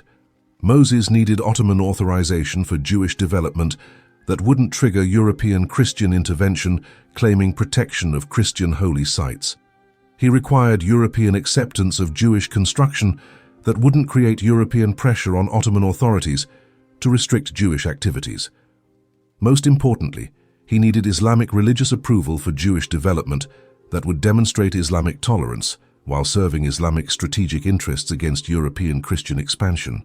The Herva synagogue reconstruction became the test case for systematic Jewish development in Jerusalem through Islamic-Jewish cooperation that would serve Ottoman strategic objectives while creating Jewish sanctuary. Moses provided Ottoman authorities with detailed plans for synagogue reconstruction that would demonstrate Islamic architectural influences while maintaining Jewish religious requirements. Jewish construction would employ Ottoman craftsmen while utilizing Ottoman materials that would demonstrate Jewish integration with Ottoman economic systems. But Moses also understood that synagogue reconstruction alone wouldn't create sustainable Jewish sanctuary. Jerusalem needed Jewish economic development that could support permanent Jewish population while providing Ottoman authorities with economic benefits that would justify continued Jewish protection against European Christian pressure. Jewish agricultural development could provide Jerusalem with food security, while Jewish commercial activities could connect Jerusalem with international trade networks that would strengthen Ottoman economic independence. The agricultural initiative was unprecedented in scope and sophistication. Moses purchased 240 acres outside Jerusalem's Old City for agricultural development that would demonstrate Jewish capability for productive land use while providing Jerusalem with reliable food supplies that would reduce Jerusalem's dependence on unreliable regional agriculture. Jewish agricultural techniques would improve land productivity, while Jewish agricultural education would train Ottoman populations in modern farming methods that would strengthen Ottoman agricultural capabilities. Here's what made the agricultural project revolutionary. Moses was creating the first systematic Jewish agricultural settlement since ancient times through cooperation with Islamic authorities who would benefit from Jewish agricultural success while providing Jewish communities with permanent territorial foundation that didn't require ongoing host government tolerance for Jewish survival. The results exceeded everyone's expectations. Jewish agricultural development increased land productivity by 340%, while providing Jerusalem markets with reliable vegetable supplies that improved urban food security. Jewish agricultural techniques were adopted by Ottoman farmers throughout the region, while Jewish agricultural education provided Ottoman authorities with trained agricultural specialists who improved Ottoman agricultural administration. Jewish agricultural success demonstrated that Jewish settlement strengthened rather than threatened Ottoman territorial development. But agricultural success created European concerns that Jewish territorial development was establishing Jewish political foundation that could challenge European Christian claims to Holy Land territories, that European religious movements considered Christian heritage requiring Christian control. European Christian organizations began pressuring Ottoman authorities to restrict Jewish territorial acquisition that was creating Jewish permanent presence in territories that European Christian expansion considered European religious heritage. Moses' response demonstrated brilliant understanding of Christian European competitive interests that could be leveraged for Jewish protection. British Protestant interests in preventing Catholic expansion in Holy Land territories conflicted with Catholic pressure for Jewish restrictions that would enable Catholic territorial control. British support for Jewish development could prevent Catholic Holy Land expansion while providing British religious influence in territories that Catholic expansion would eliminate. The British Protestant alliance succeeded because Jewish development was preventing Catholic territorial expansion while providing British Protestant access to Holy Land territories that Catholic control would restrict.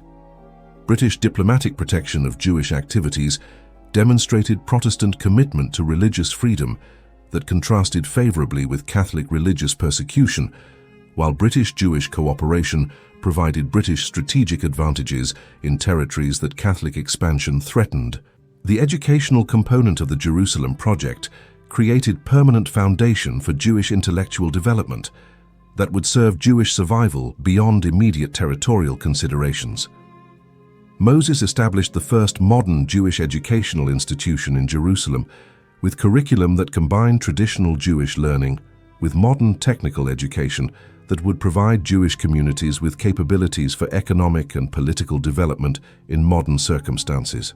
The educational institution was revolutionary because it provided Jewish communities with systematic preparation for modern economic and political participation while maintaining Jewish religious and cultural identity that previous assimilation strategies had required Jewish communities to sacrifice. Jewish education would produce Jewish leaders capable of effective advocacy for Jewish interests, while maintaining Jewish commitment to Jewish survival and Jewish values. European reaction revealed both the promise and the dangers of Jewish educational development.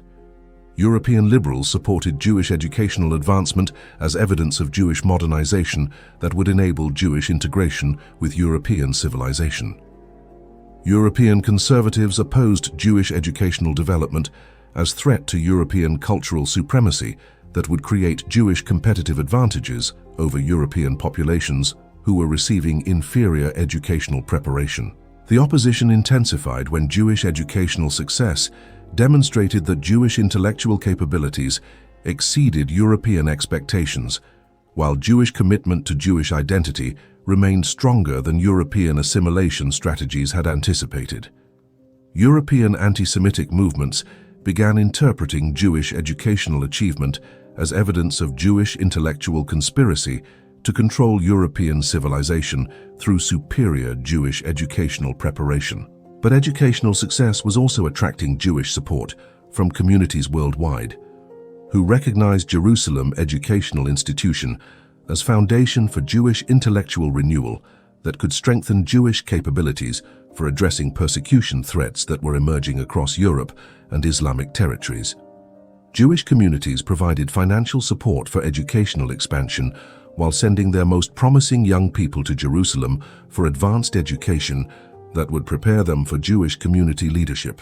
By 1860, 5 years after the project began, Moses had established the foundation for permanent Jewish sanctuary in Jerusalem through systematic coordination between Jewish development and Ottoman strategic interests that provided Jewish communities with territorial security while strengthening Ottoman administration through Jewish economic and intellectual contributions.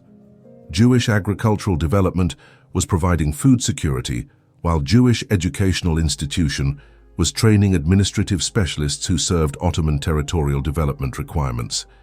The Jerusalem project demonstrated that Jewish territorial sanctuary was achievable through systematic coordination between Jewish capabilities and host government strategic interests that served both Jewish survival and host government development objectives. Moses had proven that Jewish survival could be achieved through Jewish territorial foundation that strengthened rather than threatened host government control while providing Jewish communities with permanent security that didn't depend on ongoing host government tolerance. But the success was creating European recognition that Jewish territorial development represented systematic threat to European expansion in Middle Eastern territories, while Jewish intellectual development was creating Jewish capabilities that could challenge European intellectual and cultural supremacy. The next phase would test whether Jewish territorial sanctuary could survive European pressure designed to eliminate Jewish territorial foundation that was strengthening Islamic resistance to European Christian expansion, while creating Jewish intellectual capabilities that threatened European cultural control. Chapter 9. Global Network. The cipher machine clicking in Moses Montefiore's private study at 2:47 a.m. on September 8, 1862, was receiving simultaneous distress signals from Jewish communities on 3 continents as anti-Semitic persecution erupted across the globe with coordination that suggested systematic planning to eliminate Jewish populations before international Jewish advocacy could organize effective resistance. Damascus preparing new blood libel, Warsaw implementing restrictions. Tunis facing forced conversion demands, require immediate intervention all locations simultaneously. The global coordination of anti-Semitic persecution represented evolution beyond individual local initiatives toward systematic international campaign designed to overwhelm Jewish international advocacy capabilities through simultaneous crises that would prevent concentrated response to any specific threat. Anti-Semitic movements across Europe, Asia, and Africa were implementing persecution policies during the same time period, suggesting communication and planning that transcended national boundaries and religious differences. You see, anti-Semitic organizations had studied Moses's humanitarian intervention methods and developed countermeasures designed to neutralize Jewish international advocacy through operational overload that would force Moses to choose between competing rescue priorities. Multiple simultaneous crises would prevent comprehensive response to any individual persecution, while demonstrating that Jewish international capabilities couldn't protect Jewish communities when anti-Semitic pressure was coordinated across multiple territories. The scope of coordination was unprecedented and terrifying. European anti-Semitic movements were sharing operational strategies through networks that connected German nationalist organizations with Russian Orthodox extremists and French Catholic anti-Semitic groups. Islamic territories were experiencing anti-Semitic pressure through European diplomatic channels that demanded Islamic authorities implement anti-Jewish policies as conditions for European diplomatic and commercial cooperation. Colonial territories were receiving European administrative instructions to eliminate Jewish commercial activities that competed with European commercial monopolies. Moses understood immediately that systematic international anti-Semitic coordination required Jewish international response capabilities that exceeded his individual organizational capacity. Individual humanitarian interventions couldn't address multiple simultaneous crises, while systematic anti-Semitic coordination required systematic Jewish coordination that could match anti-Semitic organizational sophistication through Jewish international networks capable of simultaneous response across multiple territories. Consider the operational challenges for responding to coordinated global persecution. Damascus blood libel accusations required immediate diplomatic intervention with Ottoman authorities, while Warsaw legal restrictions demanded coordination with Russian government officials who were simultaneously implementing comparable policies. Tunisian forced conversion threats needed emergency evacuation operations, while anti-Semitic movements in other territories were preparing comparable persecution that would require similar emergency responses. The solution required transforming individual Moses Montefiore humanitarian advocacy into systematic international Jewish organization capable of coordinated response to multiple simultaneous persecution threats. Moses began organizing the first comprehensive Jewish international advocacy network with operational capabilities spanning 3 continents and communication systems that could coordinate simultaneous humanitarian responses faster than anti-Semitic movements could implement coordinated persecution. The organizational challenge was unprecedented in Jewish history. Previous Jewish communities had remained isolated from each other, unable to coordinate resources or share intelligence about persecution threats. Moses needed to create systematic Jewish international cooperation between communities that had never previously worked together, while maintaining operational security that would prevent anti-Semitic movements from infiltrating Jewish communication networks or disrupting Jewish coordination through targeted persecution of Jewish organizational leadership. Moses' approach was revolutionary. Instead of centralized Jewish organization that anti-Semitic pressure could eliminate through persecution of central leadership, Moses created decentralized Jewish networks where multiple independent Jewish organizations could coordinate responses while maintaining individual operational capabilities if other network components were compromised. Each Jewish community would develop local advocacy capabilities while participating in international coordination that multiplied local effectiveness. Here's what made the network approach brilliant. Jewish communities would maintain independence that protected them against systematic elimination while developing coordination that provided mutual support during persecution emergencies. Local Jewish leadership would understand regional political conditions, while international Jewish coordination would provide resources and expertise that local communities couldn't access independently. The communication system was sophisticated beyond anything attempted in international humanitarian work. Moses established encrypted telegraph networks connecting Jewish communities across Europe, coded correspondence systems for Jewish communities in territories where telegraph access wasn't available, and emergency response protocols that could coordinate simultaneous humanitarian interventions across multiple territories while maintaining operational security against anti-Semitic surveillance. The intelligence capabilities exceeded most government systems. Jewish merchants provided commercial intelligence about persecution preparations, while Jewish professionals provided political intelligence about government policy development that could affect Jewish communities. Jewish financial networks provided economic intelligence about anti-Semitic organizational funding, while Jewish educational institutions provided intellectual analysis of anti-Semitic ideological development that enabled prediction of persecution escalation patterns. But the network also created unprecedented Jewish political capabilities that attracted opposition from governments who viewed Jewish international organization as foreign conspiracy threatening state sovereignty through private international coordination that operated beyond government control.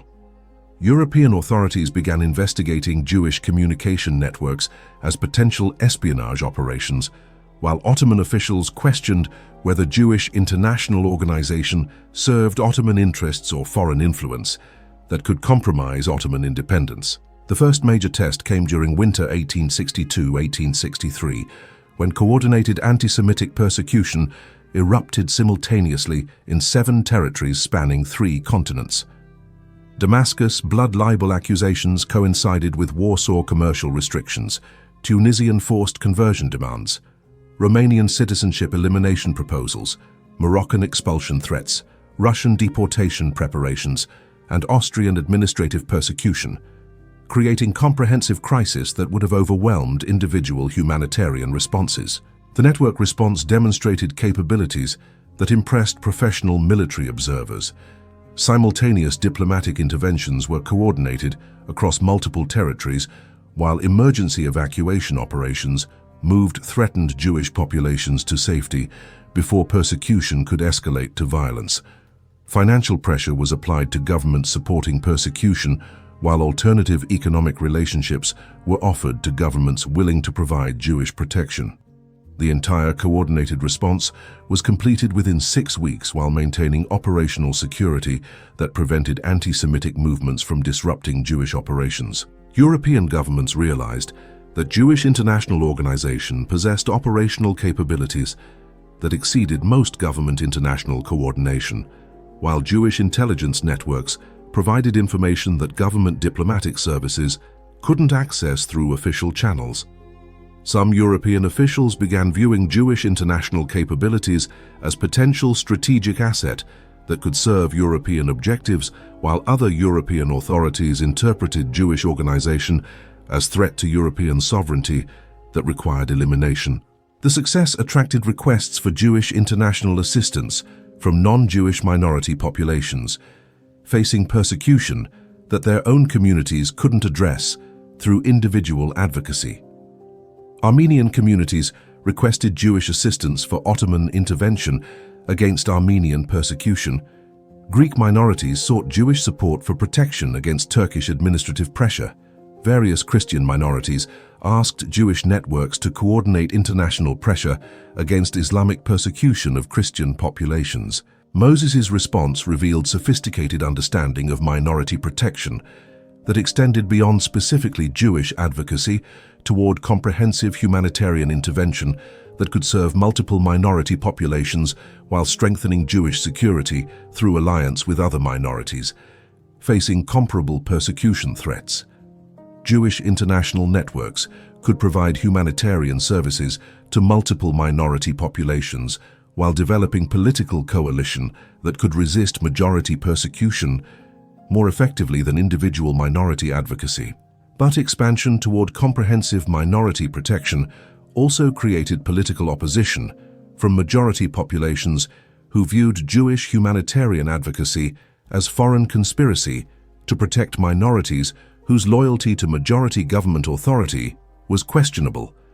Majority nationalist movements interpreted Jewish protection of non-Jewish minorities as evidence that Jewish international organization served foreign rather than domestic interests, while Jewish minority protection networks were undermining majority population unity through encouraging minority resistance to majority political control. The dilemma was fundamental to Jewish survival strategy. Jewish security required minority rights protection that served Jewish interests, but minority rights advocacy attracted majority opposition that could threaten Jewish communities through majority persecution of minority populations who challenged majority authority through organized resistance that Jewish international networks were enabling.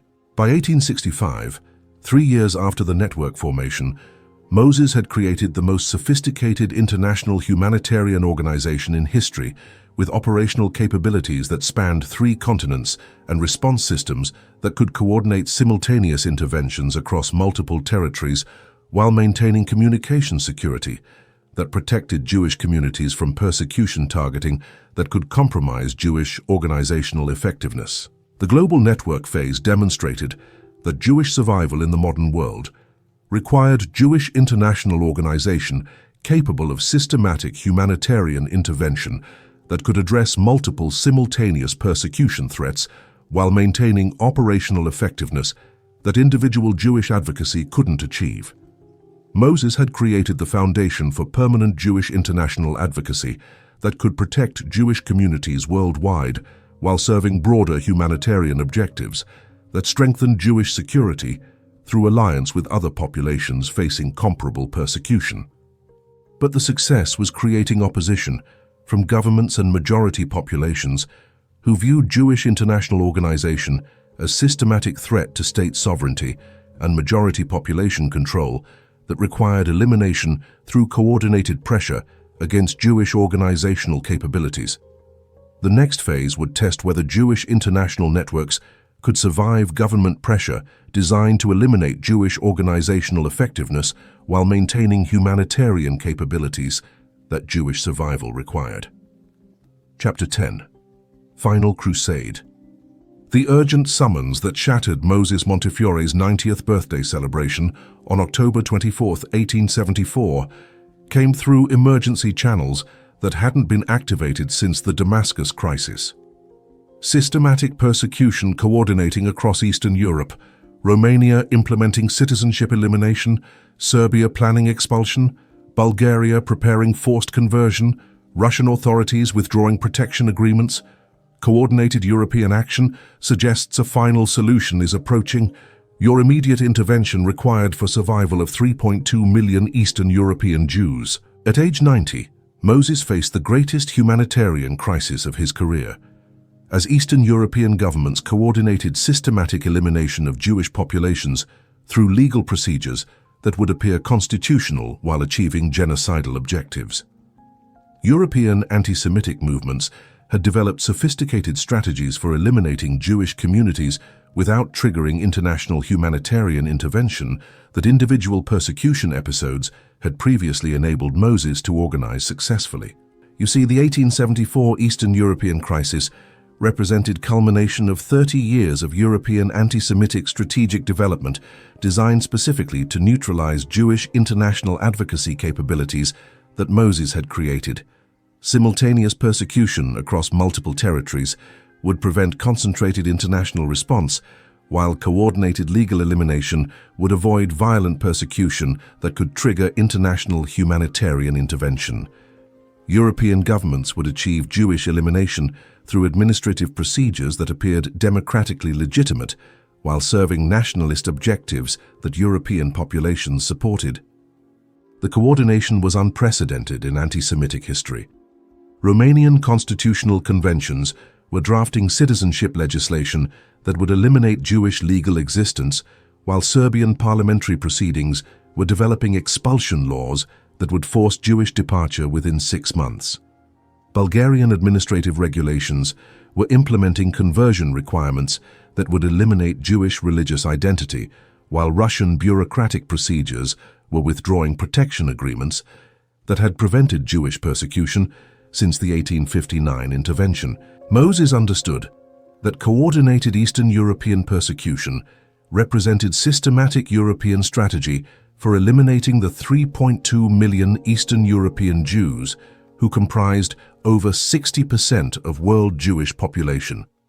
Successful elimination of Eastern European Jewish communities would destroy Jewish demographic foundation that had enabled Jewish survival through previous persecution periods, while preventing Jewish international advocacy from maintaining organizational capabilities necessary for protecting remaining Jewish communities worldwide.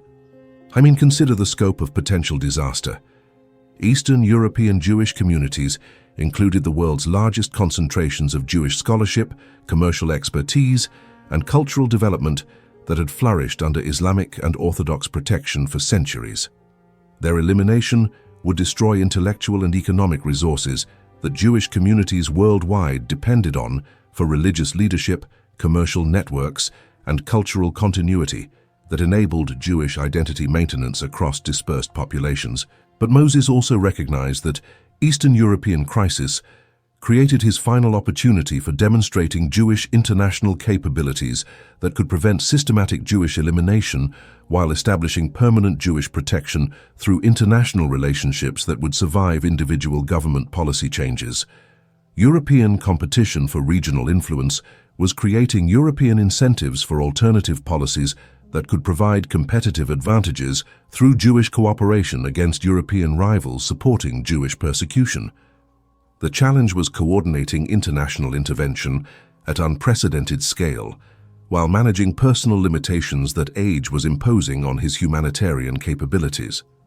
Moses needed to mobilize Jewish international networks for comprehensive response while coordinating with European governments, whose strategic interests could be aligned with Jewish protection against European anti-Semitic coordination. Most importantly, he needed to establish permanent institutional foundation for Jewish international advocacy that could continue protecting Jewish communities after his individual humanitarian career ended. Moses' final crusade required transforming individual humanitarian advocacy into permanent international Jewish organization with institutional capabilities that could survive beyond any individual leadership while maintaining operational effectiveness for addressing systematic persecution that coordinated anti-Semitic movements were developing to eliminate Jewish survival possibilities. Jewish international advocacy needed institutional foundation that could guarantee permanent Jewish international protection. The approach was revolutionary in scope and ambition. Instead of addressing individual persecution crises through temporary humanitarian interventions, Moses began organizing the first permanent international Jewish advocacy institution with systematic capabilities for preventing persecution through ongoing political coordination, emergency response networks for protecting threatened Jewish communities, and diplomatic relationships that would provide Jewish communities with permanent international protection rather than temporary humanitarian assistance. Here's what made the final crusade unprecedented. Moses was creating institutional foundation for permanent Jewish political existence as international minority with recognized rights and systematic protection that didn't depend on individual government tolerance or humanitarian sentiment. Jewish survival would be guaranteed through Jewish institutional capabilities rather than depending on host government protection that anti-Semitic pressure could always eliminate. The institutional development required coordinating Jewish financial resources, political expertise, and international relationships that had never previously been systematically organized for sustained political objectives. Jewish communities across 3 continents would provide funding for permanent advocacy operations while Jewish professionals would staff international offices that could coordinate systematic political intervention. Jewish international relationships would provide diplomatic access that could influence government policy decisions affecting Jewish communities worldwide. But institutional development also required overcoming Jewish community resistance to systematic political organization that many Jewish leaders viewed as dangerous provocation that could attract anti-Semitic hostility toward Jewish communities that had survived through maintaining political invisibility. Some Jewish communities opposed systematic Jewish political advocacy as threat to Jewish security that depended on avoiding political activities that could be interpreted as Jewish conspiracy against host government authority. Moses's response demonstrated sophisticated understanding of Jewish survival psychology that balanced Jewish security requirements with Jewish political necessities for modern circumstances.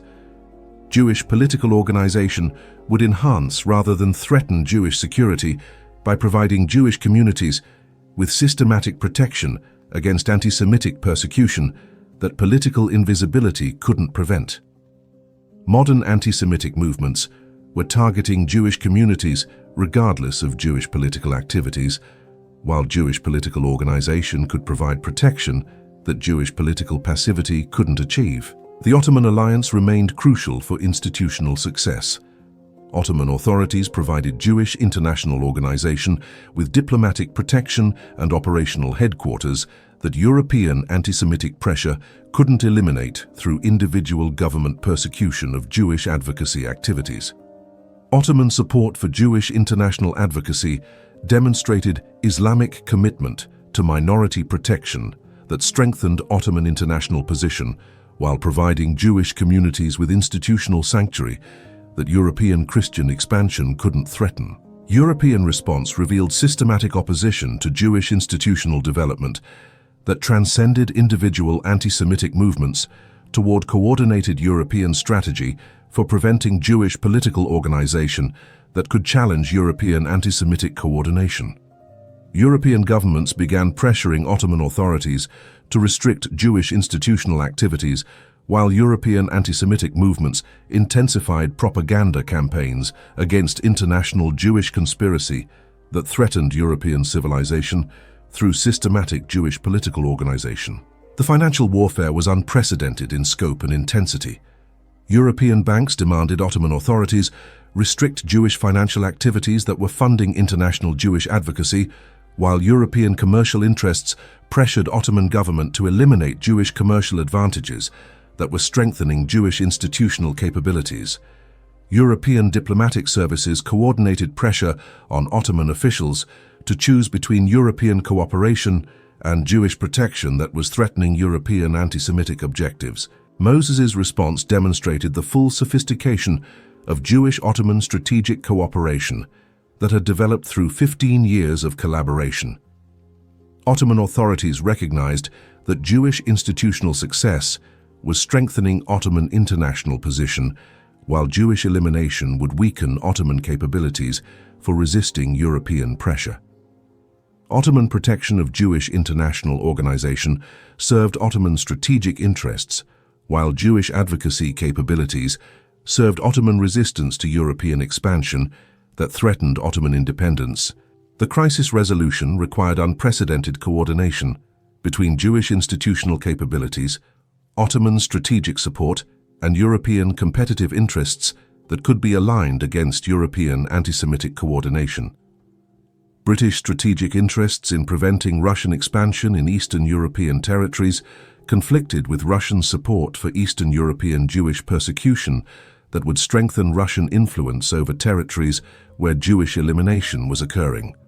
British opposition to Eastern European Jewish persecution could prevent Russian territorial expansion while providing British competitive advantages in territories where Russian persecution was eliminating populations whose commercial capabilities served British, rather than Russian strategic interests. The institutional intervention succeeded through systematic coordination between Jewish advocacy, Ottoman diplomatic support, and British strategic pressure that prevented Eastern European Jewish persecution while establishing permanent foundation for Jewish international advocacy. Romanian citizenship legislation was modified to maintain Jewish legal existence, while Serbian expulsion laws were delayed indefinitely through European diplomatic intervention. Bulgarian conversion requirements were eliminated, while Russian protection agreements were restored through coordinated international pressure. By 1876, 2 years after the final crusade began, Moses had established permanent institutional foundation for Jewish international advocacy with operational capabilities that would survive beyond individual leadership, while providing Jewish communities worldwide with systematic protection against persecution that coordinated anti-Semitic movements couldn't eliminate through individual government pressure. Jewish institutional development was guaranteed through international relationships that served multiple governments' strategic interests while protecting Jewish survival through permanent advocacy capabilities. The final crusade demonstrated that Jewish survival in the modern world required permanent institutional foundation for Jewish international advocacy that could provide systematic protection against coordinated anti-Semitic persecution while serving international strategic interests that guaranteed institutional survival beyond individual humanitarian leadership.